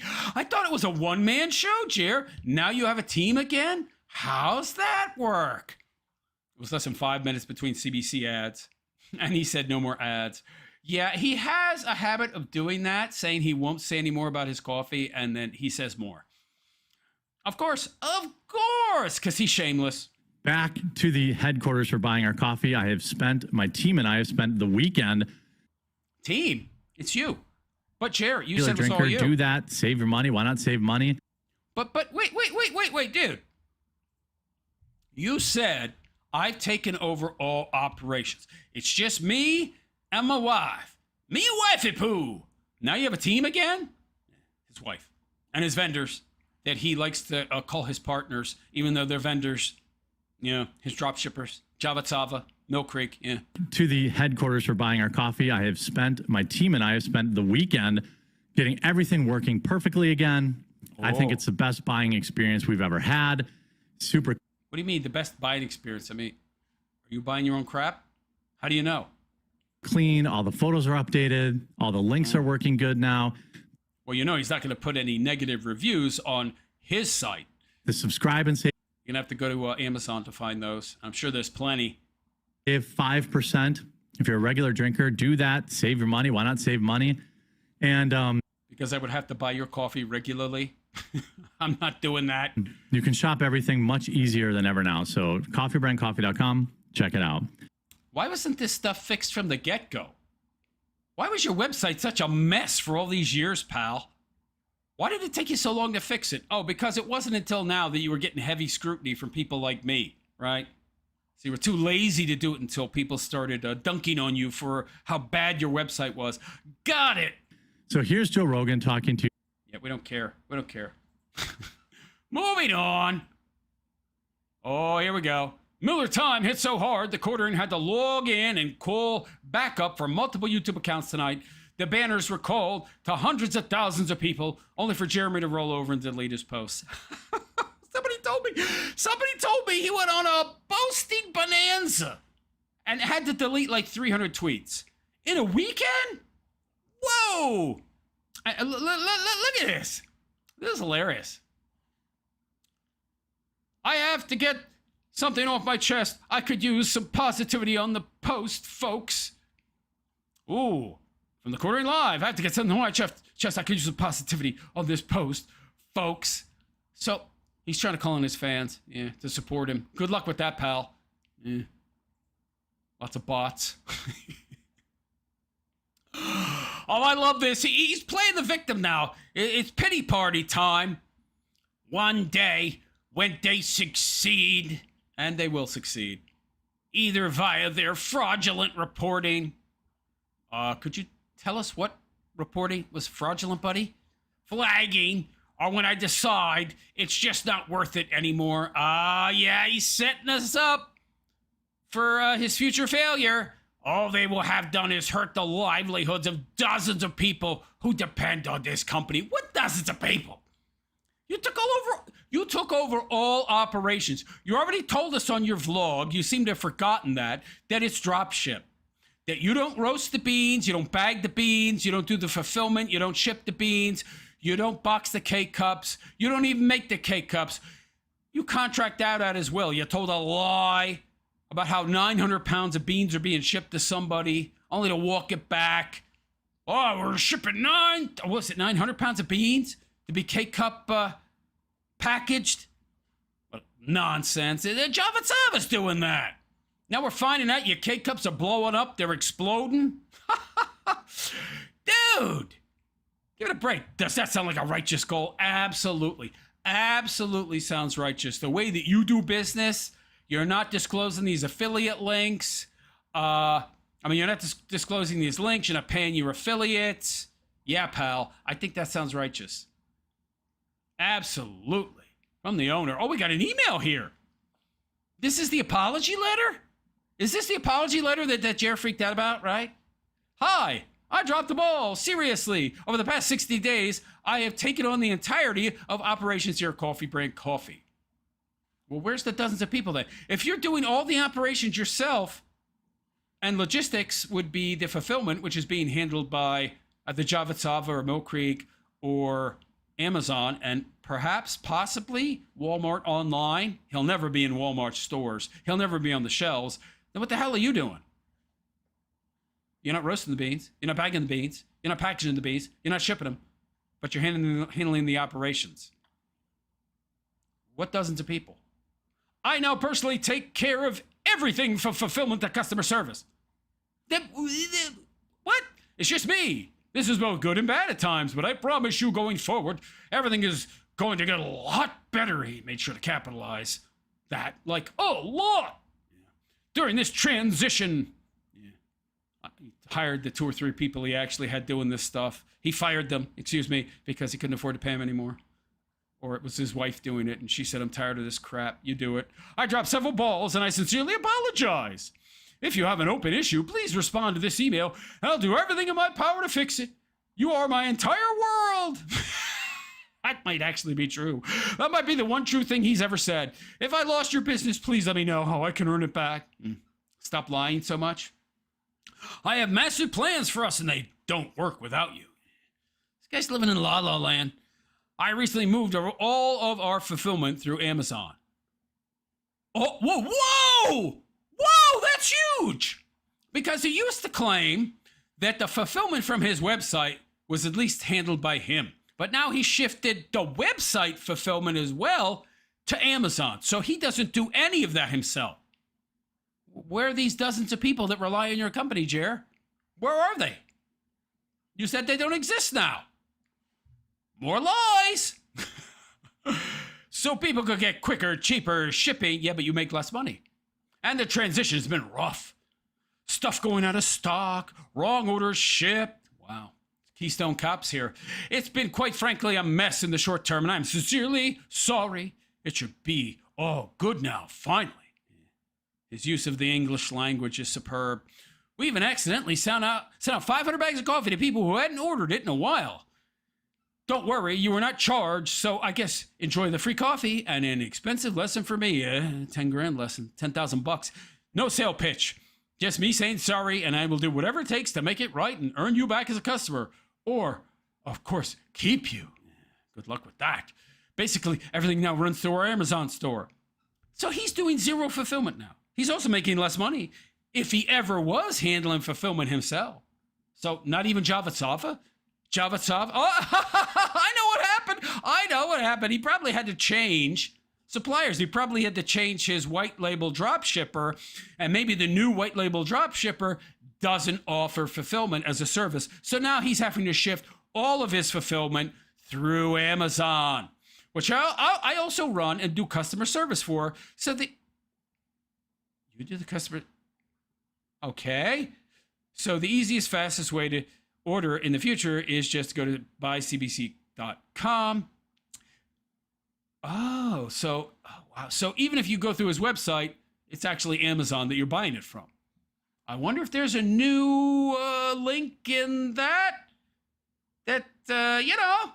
sends you to Amazon and gives him a commission, if you buy anything within 24 hours. It cuts me out of a lot of the mistakes. Yeah, a lot of those mistakes happen because you were in the loop, buddy, even though you're such a brilliant genius of a businessman. You drop shipping garbage coffee and centralizes customer service for me. If you are subscribed through the site, you don't need to change anything. In short, it should all be much smoother. Hasn't been much smoother, pal. You gave away 500 bags. How is that smoother? Oh, we will even be available via Walmart. You mean Walmart's website, not their shelves? By the end of August, if you want more options, yeah. Buy through Walmart, yeah, their website. In short, I screwed up. Dude, that's not a recent thing. I am fixing it all at light speed. No, you're not. It's very slow. You're a 450-pound behemoth. You do nothing fast. And things are only gonna get better this year with new product offerings. He's expanding his SKUs? Dude, you haven't even got this dialed in. The last thing you want to be doing is offering new products. Faster shipping. Yeah, well, because Amazon's handling that fully now. And hopefully cheaper prices. How's that going to happen? The only way you get cheaper prices from dropship crap is to buy more of it. Buy more to make larger orders. Jeremy Hamley, owner, Coffee Brand Coffee, the worst name humanly possible for a coffee company. Moving on. Hilarious. I love that there were so many grammatical errors in that apology letter. Did he even take time to reread it? Did he do a first draft? Did he edit? Did he have a second draft? Did he have a third draft? No, I don't think so. Anyway, Quartering burned his affiliate links. Ooh. So he burned all these links. Wow. Wow. Here, buddy, I'll post evidence for you since, trust me, bro, isn't a source. Oh, look. Oh, he burnt all these links. Great. So he doesn't have his affiliate program anymore? Wow. I think Jeremy, by the way, that's very dumb of him. And I don't think it was an oversight. I just think he didn't want to pay them because he's running low on cash at the time that he needed to. That's just my opinion, of course. But is he discontinuing that program? Because I think that would be a very bad idea. I mean, this guy's sales already are crap. You look at his bestsellers on Amazon, the numbers are horrible. I would be encouraging affiliates who are basically regular people who help sell your brand, your coffee, your product, whatever it might be, and then they get a cut. This guy needs to encourage that more, not less, but he's burnt all his affiliate links. Well, there you go. So Brilliant Businessman Jer, he's maybe discontinuing his affiliate program, probably because he's too lazy to handle it. He's taking over all of the operations of customer service of Coffee Brand Coffee, so we know there are not dozens of people relying on his business unless he's referring to his vendors, and their jobs, their livelihoods are not reliant upon you buying coffee from their actual employer, which is either Java Sava, Mill Creek, or both, or maybe some new drop shipper now who doesn't offer fulfillment as part of the services that they offer. I wonder. But anyway, it doesn't look to me like he is a very good businessman at all. In fact, he looks like a very bad businessman who doesn't know what he's doing. But hey, let me know what you think. Is Jer an inept businessman? Does he not have a clue about how to run a business? He certainly doesn't know how to write or edit. Let me know what you think in the comment section, and please like and subscribe to my YouTube channel if you have not already. Hit that notification bell to be notified of any future content that I might create. Also, if you would like to support my continued content creation, please consider making a donation to support my channel so I can keep going and calling out people like this guy. Any amount is greatly appreciated. I also have a Patreon that you can join. Link in the description. I also have a Cash App, which is 100% anonymous for the sender and receiver, and I get 100% of that. So you'll find my Cash App link, ID in the description as well. Anyhow, on that note, I'm out of here. I am the Realist Philosopher, and I wish you all a good and pleasant day. And take care. Yeah. He's burning his affiliate links. He's getting rid of that, it looks like. He's taking over the, running of the operations and customer service of his coffee brand coffee, white label drop shipping company, allegedly. So I foresee his business going even further down the tubes, not improving. The more hand this guy has in the running of his business, the less successful it's gonna be. So I love it. Yeah, he's taking over all the customer service. Oh, wow. This is not going to work out well, man. This is not going to work out well at all. I see this going very badly for you, Chair. Very badly indeed. But anyway, yeah. No comments, so that's wonderful. Not very many. Philip, 1979 says, not a day goes by that I don't drink coffee, brand coffee. I gladly pay $20 a bag every week forever. You must have money to burn, man. 12 ounces of coffee? Dude, that ain't much. Jordan Artiniel, you know so much about this guy and his business or whatever. I don't know what's going on with the drama here or whatever, but it sounds pathetic hearing. Okay, okay. Ellie Oi? Liberals are never happy until they are miserable. I think Jer's a liberal. I'm going to be honest. I think Jer is a big-time liberal. Jordan Artinio. Okay. So Jordan is not a fan of the show or the content. He's here for no reason. Let us move on, shall we?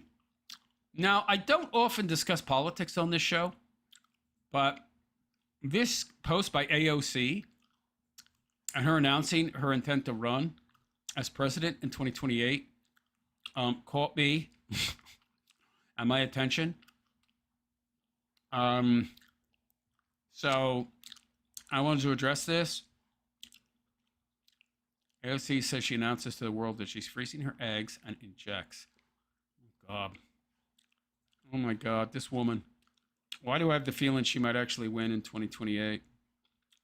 This is very scary.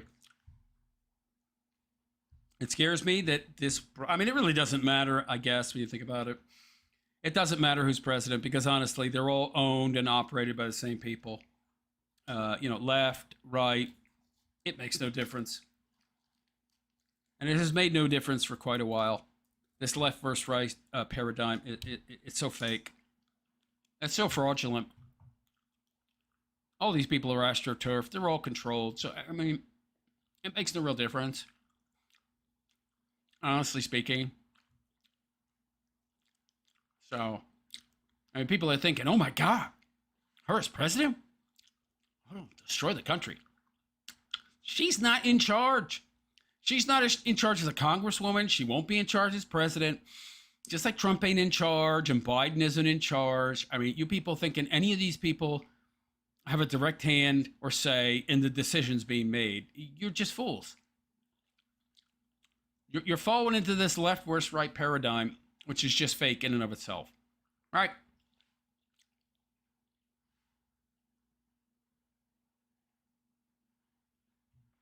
Anyway, let's get to this. I find it interesting. Sound is on. Good. we're not going to discuss that quite yet. Let's get to this. Oh, my Lord. Oh, boy. So, hello, all, and welcome. And it is I, the Realist Philosopher. And this is the Realist Philosopher Show. So, how y'all doing today? I hope you're all doing good. Well, I'm doing okay. I'm doing all right. A little tired. But anyway, what are you going to do? So, we have AOC here. Yep.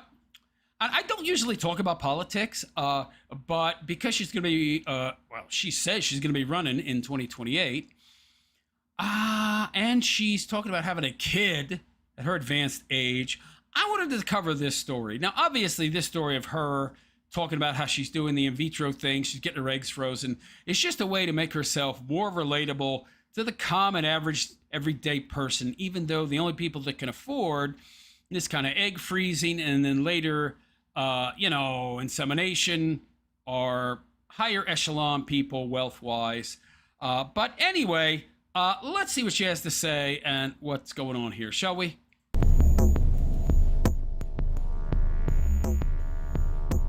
got a bit of a belly there, so she's getting fat, if you hadn't noticed. Not surprising, really. 36-year-old broad. She's hit the wall. Let's just put on some chunk.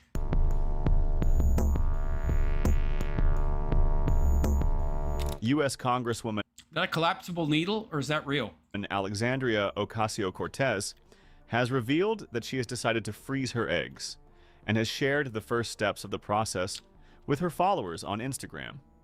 The 36-year-old New York Democrat shared the clips on August 9th, just hours before, telling ABC News This Week.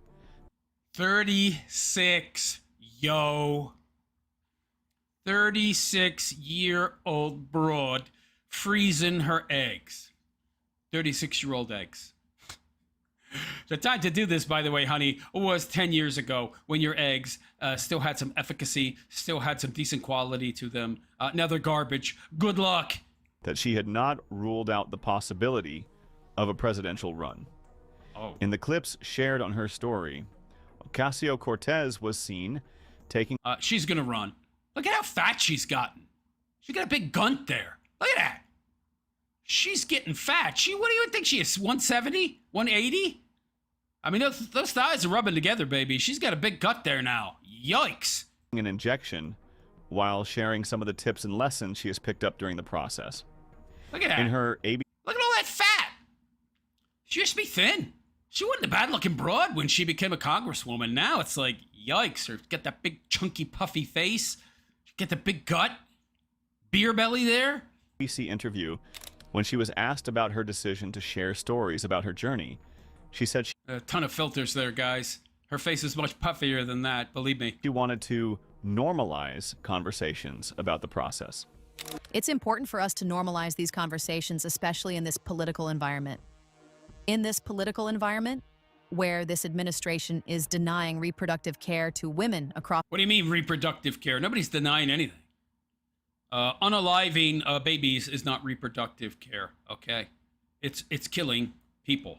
It's unaliving people, okay? That's how it is. I love the false framing, though. It's health care to unalive people, even though it's a natural part of the biological process, but we are going to falsely frame childbirth as a disease so that it needs health care. And the cure is, well, pulling babies apart before they're born. across the country, from abortion rights to the ability to carry out a healthy pregnancy. Well, those are two totally different things, unaliving to aliving. By the way, normalizing this process is a bad idea. Overall, this process has a success rate of 17%, and that's taking all the women that use it, regardless of age, and then coming up with an average number. That average number is 17%.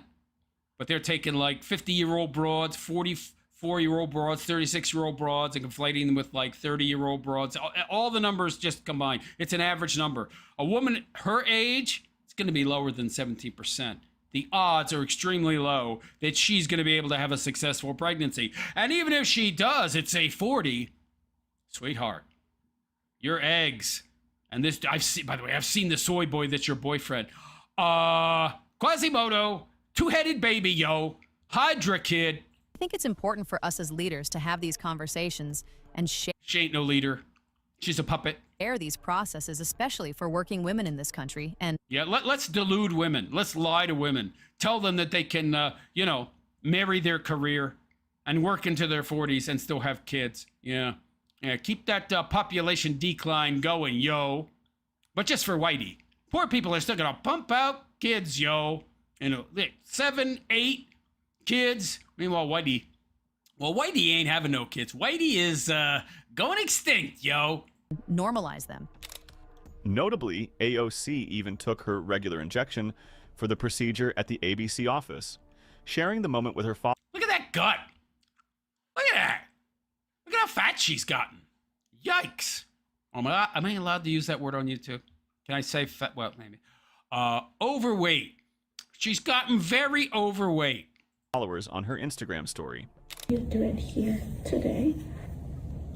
Sweetheart.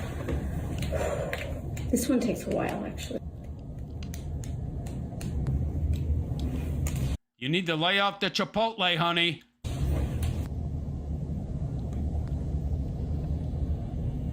See how fat, chunky her face is? Look at that. Wow. Never mind. That one didn't take a while. Yesterday it took longer. No. To help norm. I am not producing enough viable eggs anymore, so I need these shots to help me produce more viable eggs because my body is not naturally producing so many now. But you should do this too, even though it will cost you a bundle. Normalize the conversation. The Democratic lawmaker did an Instagram Q&A and answered questions from her followers about the. How many women can afford this? How many people can afford this? It costs tens of thousands of dollars per shot, yo. Not per shot like the shot, but like per time you try to actually have a kid using this process. And the storage fees are astronomical for these eggs, yo. Process, including its cost, clinical procedures, egg storage, and how fertility care works within what she calls the U.S. broken healthcare system. Let's look at the tips AOC. Oh, it's broken because you have to pay for it, yeah. She's an advocate for single payer, by the way. Yeah, we should bankrupt ourselves further by, subsidizing this crap. Shared for all the women out there. First up is costs. While she was talking about costs, she revealed that she needs to spend $12,000 a year to keep her eggs frozen. Okay, whoa. That's pretty pricey, yo. That doesn't include, like, whatever medical procedures are needed in the interim, right? Maybe more egg collection. I wonder how much those shots that she's taking cost. Once the process is done. So cutting straight to the chase, this is one of the things. Well, how much does the process cost? Minus the storage of the eggs. That was most stressful for me as well when I was considering doing this. Is She has no idea what stress is. She's lived a charmed life. Are you kidding me? You got an easy street, honey. cost. My insurance does not cover 1 penny of this. It is 100% out of pocket. It's a good thing you're a millionaire with your 180 grand a year salary. Yeah. It doesn't go to my deductible, nothing. It covers nothing. You sell all that merch to your commie-loving comrades, so you should be fine. Yeah. So there's 2 main sources of costs. So you don't just like pay one lump sum to the doctor. You pay for the medicine, and then you also pay your clinic and for the procedure. So there's 2 costs of it. Some places are very expensive. I'm going to a place in New York City that specifically designs options for women who don't have insurance covering it. And so my grand total personally for me all in is going to be probably between $8,000 to $9,000. There are places. We should normalize this, guys. Even though the vast majority of women are just paper shufflers and are never going to be any really high up in any high up management position, But hey, most women can afford that, right? 9K for the procedure to collect the eggs, if that's just you doing it one time, and then 12K a year to store them. Oh, yeah. This is less. That's affordable. For most Americans. Oh, yeah. And now that's the headline. However, if you are like me and in a position a couple years ago where you were kind of really stressed about that cost, there's a couple of things to keep in mind. One is that a big variable of your cost is your medication.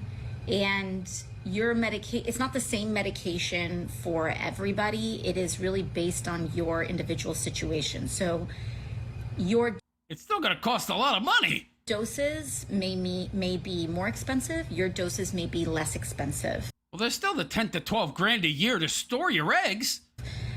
And on top of that, because our medical system is so broken. Oh, yeah, we can expect you to pass single payer any day now. I shopped around. There are some pharmacies that were quoting me $7 grand when I gave them my insurance information, even though my insurance doesn't cover any of this medicine. Nor should it. Nobody made you wait until 36 to have kids, honey, okay? If you're ever going to try. That then when I paid out of pocket, that price went down to $3 grand. I checked at Costco. Different pharmacies give different prices too. So the medication piece for me is costing me about $3,500, let's say. I love this delusion. It's supposed to be common knowledge that you can't have kids effectively when you get past 35. It's geriatric. So, I mean, the risks go way up, even if you are able to have them. Risk to your health and the health and well-being of the baby, they go way up. And the possibility of birth defects go way up. You know, like having a kid with Down syndrome or something, the odds increase exponentially.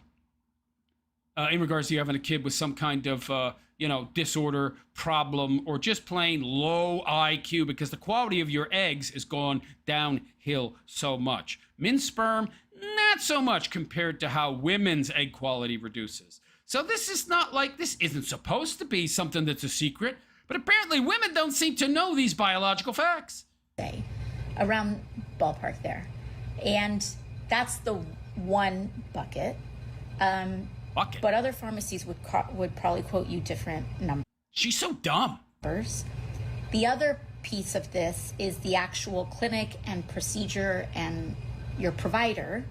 And a lot of clinics actually don't require you to pay in a lump sum. I saved a long time for this. No, you didn't. I love how she's trying to make herself more relatable. I'm not that rich. I had to save.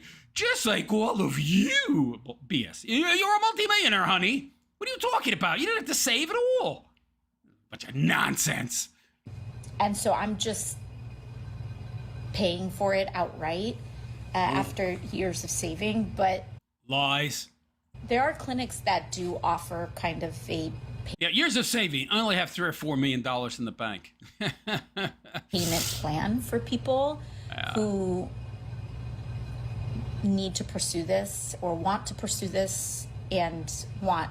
Aren't you the broad that spent like 20 grand on, a dress to go to that gala a while back?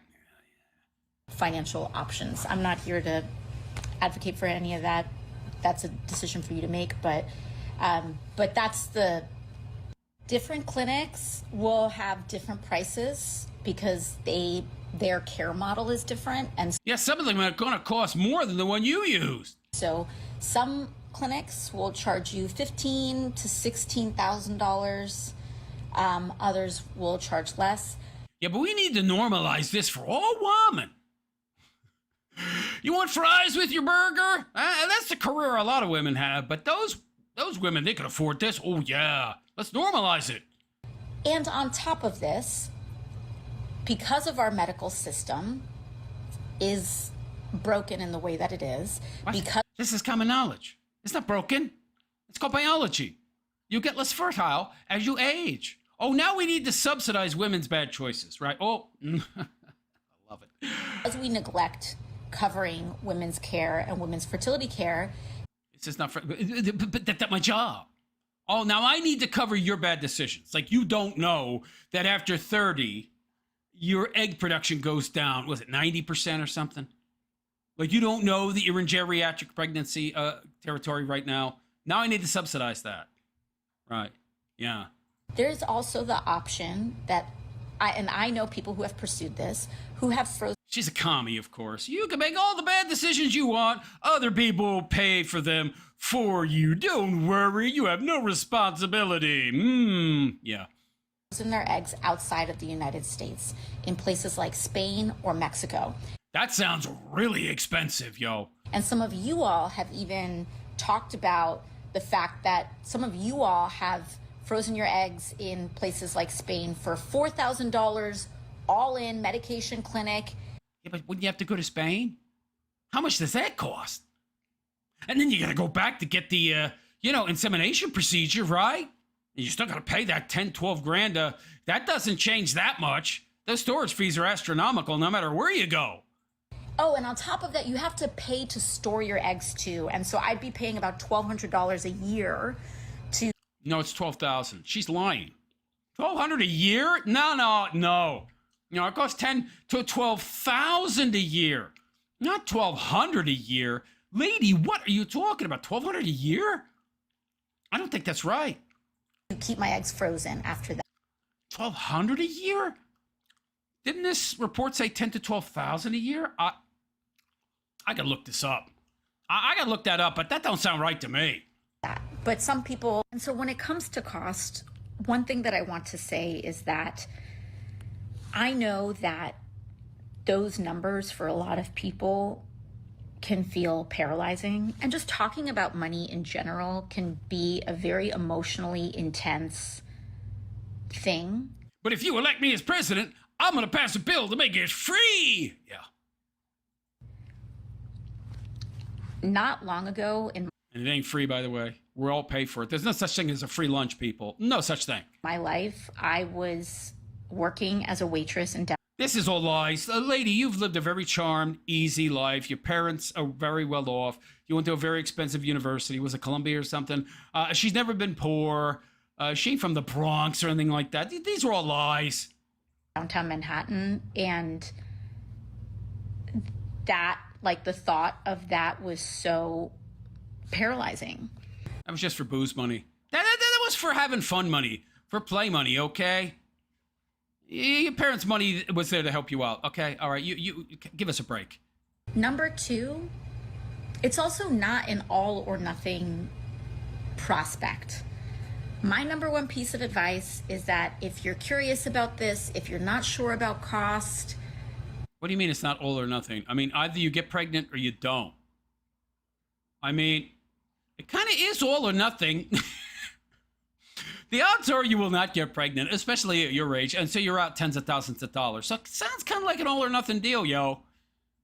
If you're on the fence about if this is something you want to do or not, a great 17% success rate, and that's an amalgamated average based on all the women that get it done. Women as old as her, the odds are much lower than 17%, yo. great small step you can take Oh. that can really empower you is to get Empower. Oh, boy. More gender Marxist language. Lovely. your fertility checked. And that can be anywhere between $100 and $400 to do. I've seen people do it for $100, $200. You go Or you could just have kids when you're like at an age to have them easily, and then you don't have to worry about it all that much. in, it's a little No, then I wouldn't be able to waste my life on a useless career shuffling papers so that the powers that be can get double the tax money, yo, and impoverish us all more. Yeah. bit of blood work and an ultrasound. They will give you your follicle count, and then some short time after that, they will give you something known as an AMH level in your blood, which is like it's a general kind of ballpark around your fertility. And it is so empowering to receive that information because you How is that empowering? Never having kids. You're very likely not going to have kids if you avail yourself of this option. The numbers pointed out. 83% chance you're not going to have a kid. This is all just part of their depopulation agenda, okay? For whitey, that is. Poor people can't afford this crap. You can make a choice based on you. Yeah. As she talked about costs, she also touched upon all the rhetoric women face in everyday life about whether to have a baby, not to have a baby, and fertility. Well, if you choose this option, you ain't having no kids. She called out the societal pressure women face regularly for the choices they make. The only societal pressure I see is not to have kids and to favor career over family. That's the actual societal pressure. There is no society, by the way. No such thing exists. We're all individuals. Don't trust these people who are writing abortion laws who don't understand the first thing about women's bodies. Yeah, this is a false framing. I don't need to understand a woman's body to know right from wrong, just like I don't have to go out and unalive a bunch of people to be able to comment on whether or not unaliving people is wrong. AOC decried, taking Well, she's not too bright. a dig at the Trump admin. Yeah. All of the horrible rhetoric that we as women are fed as a society about our fertility, etc. It's easy to feel frozen and like a failure, right? Like if I Well, I think you're a failure, honey. You're definitely a failure as a woman. That's for sure. either can't afford this, or if I can't afford it, then I'm going to have a negative consequence. And I want to. Why can't you just get your education after you have kids? Why can't you actually play to your biologically determined role? Have kids in your early 20s when you have the energy to take care of them. Then the kids grow up, then you go to school, right? That seems like a better option to me. No. Waste your most fertile years going to school and getting a paper shuffling job. Great.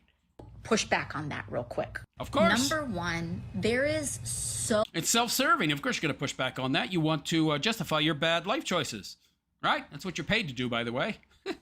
Normalize this crap. much That isn't viable for most people. negative messaging that is directed towards women Like what? You mean like telling them to favor career over having kids? That's the actual negative messaging. around our family choices. Period. Kind of no matter what choice you make, if you have kids, when you have kids, whatever, there's so much negativity. Around having kids, yes. The positivity is around not having them. And it is designed to dysregulate women. No, it's not. That doesn't mean anything. That's a mumbo jumbo talk. To put us in a place of fear or insecurity. This is rhetorical nonsense. Just nonsense. So that we are making choices out of that place. We're not doing that. What place? What the hell are you talking about? This is sophistry. All of these men. What are you talking about? What do you mean men? There's lots of women who are against this as well. What are you talking about? What by the way, what do you mean men? Oftentimes who are saying, oh, if you haven't had a kid by 30, like you're done. It's true. Sweetheart, 90% of your eggs are dead by 30.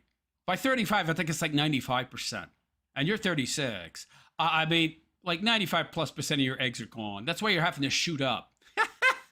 That's why you're getting those injections, sweetheart, because your body has naturally stopped making enough eggs for you to get pregnant naturally. Maybe it can happen, but I don't want it to happen now. I might be the priz. I gotta put that off. I gotta put off kids so I can be the president. Yeah. It's just not supported. It is supported by every biologist on the planet that's an actual biologist and not some left-wing plant that got a degree in biology so they could spread propaganda, nonsense, lies. All of them. And we're supposed to trust the science, right? Well, the science says you are wrong. Don't trust these people You mean biologists? who are writing abortion laws that don't even understand the first thing about a woman's body. Tell you. What are you talking about? What do you mean? Writing abortion laws? Sweetheart, I don't need to be a woman to know that unaliving people is wrong. That it's not your body, that it's a body inside you that you willingly chose to create by having S. Everybody knows that's how babies are made. You do that, you're taking on a responsibility for a human life. It's a human life. Law of identity. I don't care what kind of stupid continuum fallacy you create in reverse or whatever. Oh, well, at this point of development, it's not human. But at this point of development, it is human. It's human. It's a human life, right? You about how many eggs you have at what age. They don't even understand about egg health.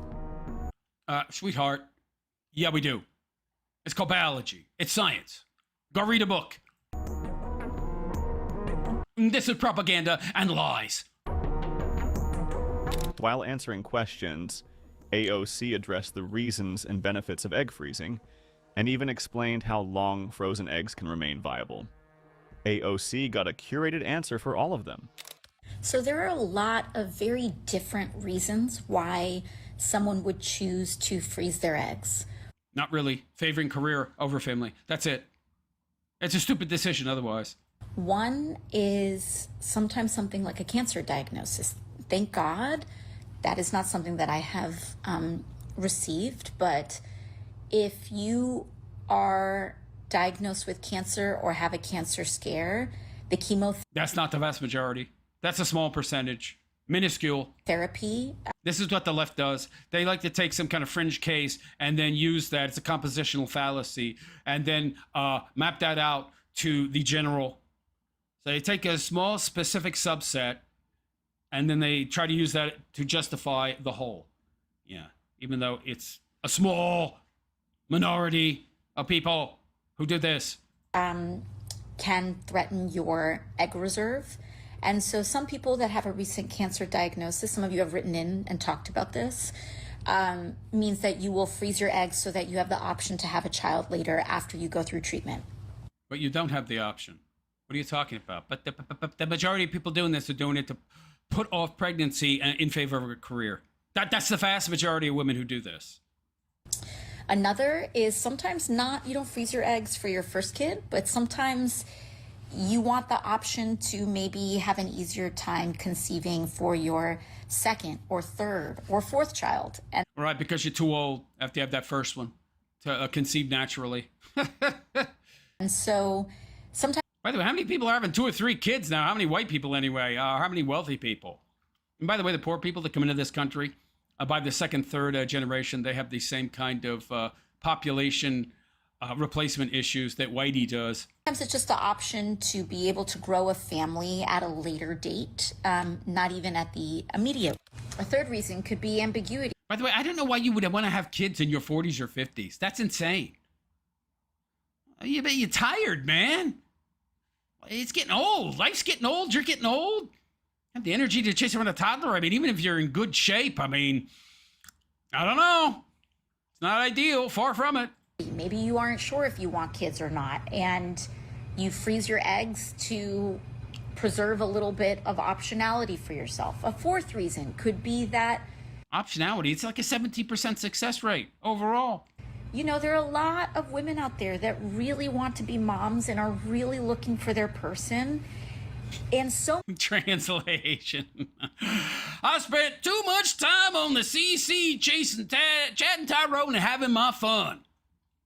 So, now that I'm old, well, gotta settle down with somebody. So I pick you, Mr. Beta Male Simp. You have a good job, pay the bills. You'll do. Yeah. Much of this discussion around parenthood and fertility is focused on women, but it takes 2 to tango. And well, weren't you before talking about how it's only about women and their choices? And they get to decide, they get to choose. They have all the power. Now it takes 2 to tango.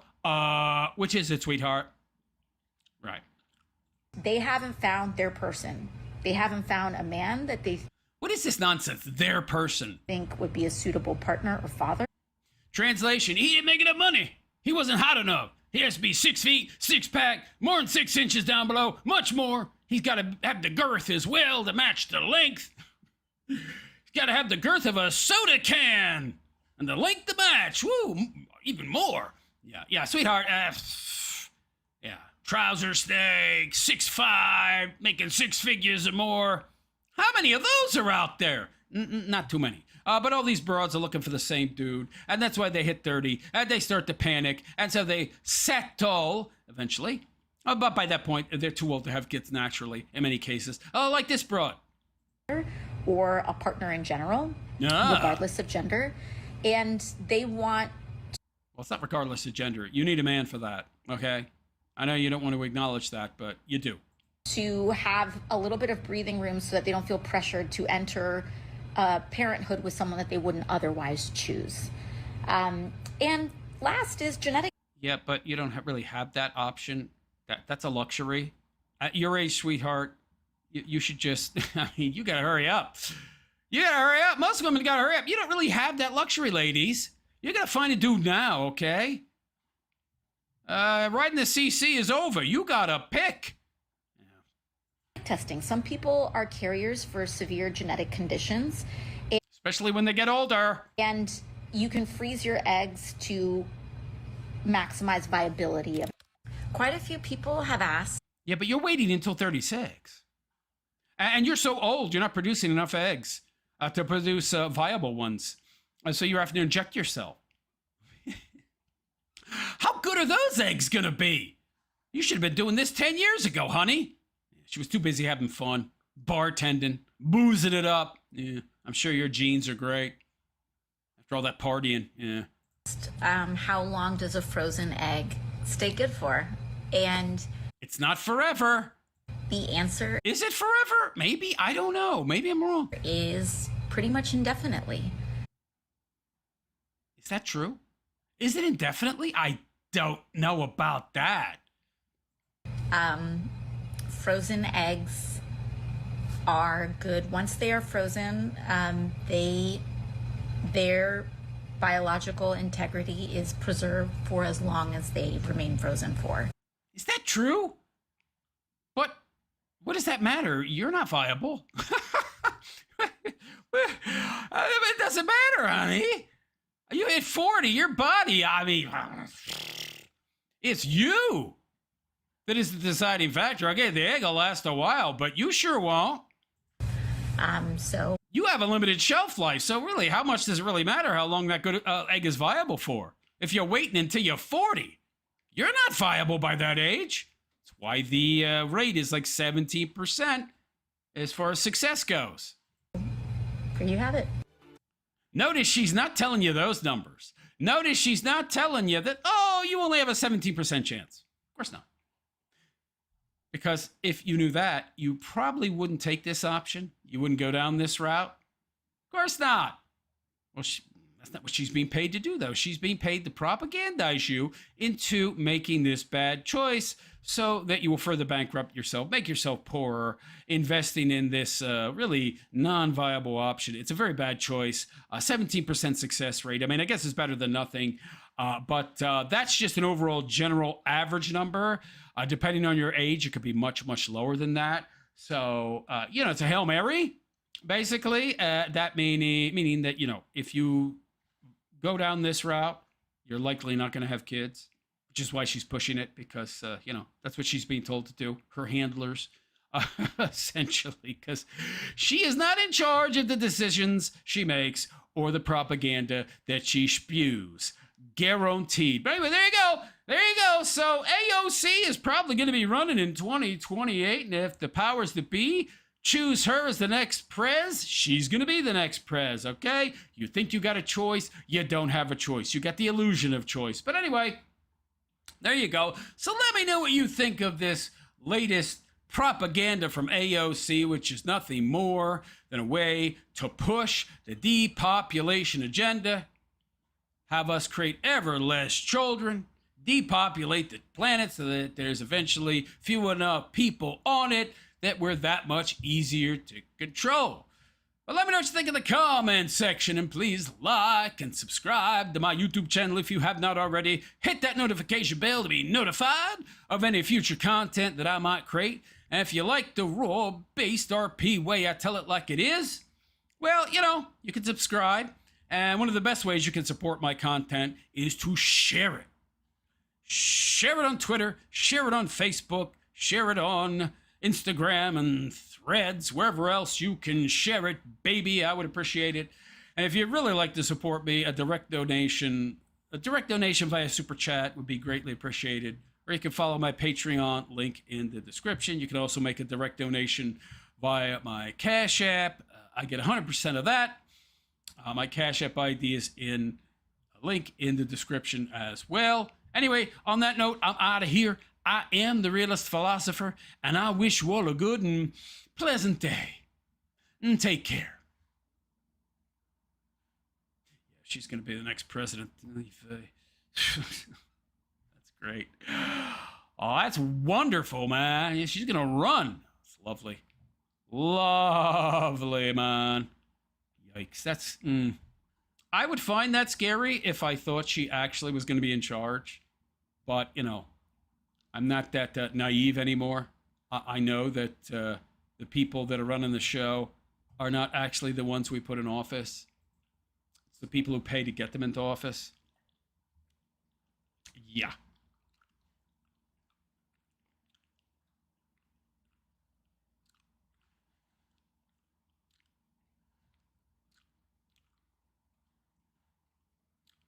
All right, that's it. Chat's dead. Got a decent amount of views, though. That's good. I just wish we had a higher concurrent viewer number. I guess I blew that with that screwed up Jeremy segment that had no sound. Oh boy! My bad. What do you want? Nobody's perfect, yo. Even I have hiccups sometime. Chappy chap. Oh, they're born with all the eggs they will ever have. Well, they're not born with all the eggs they'll ever have. They start making eggs, you know, puberty, when they start, you know, their cycle, you know. I don't want to use too many of those type of words on here. But anyway, that's it. I think I'm going to head out now that the chat is completely and totally dead. Probably didn't enjoy that content very much. I don't cover political stuff very much. I was only covering that because Jer talked about it in the segment that I unfortunately didn't have the sound on for. But anyway, guys, what do you want? Styx has been not making content. I know he thinks he's hurting his A-loggers more, but no, he's destroying his standing in the YouTube algorithm and making it that much less likely that people will ever watch him in the future. So you're only hurting yourself, Styx. Anyway, guys, I'm going to head out. Thank you for coming. I will be back Wednesday at the same time, 11 p.m. New York City time. So hope to see you there. I should have better, more interesting content then. Yeah. On that note, I'm out of here, guys. I am the Realist Philosopher, and I wish you all a good and pleasant day. And take care.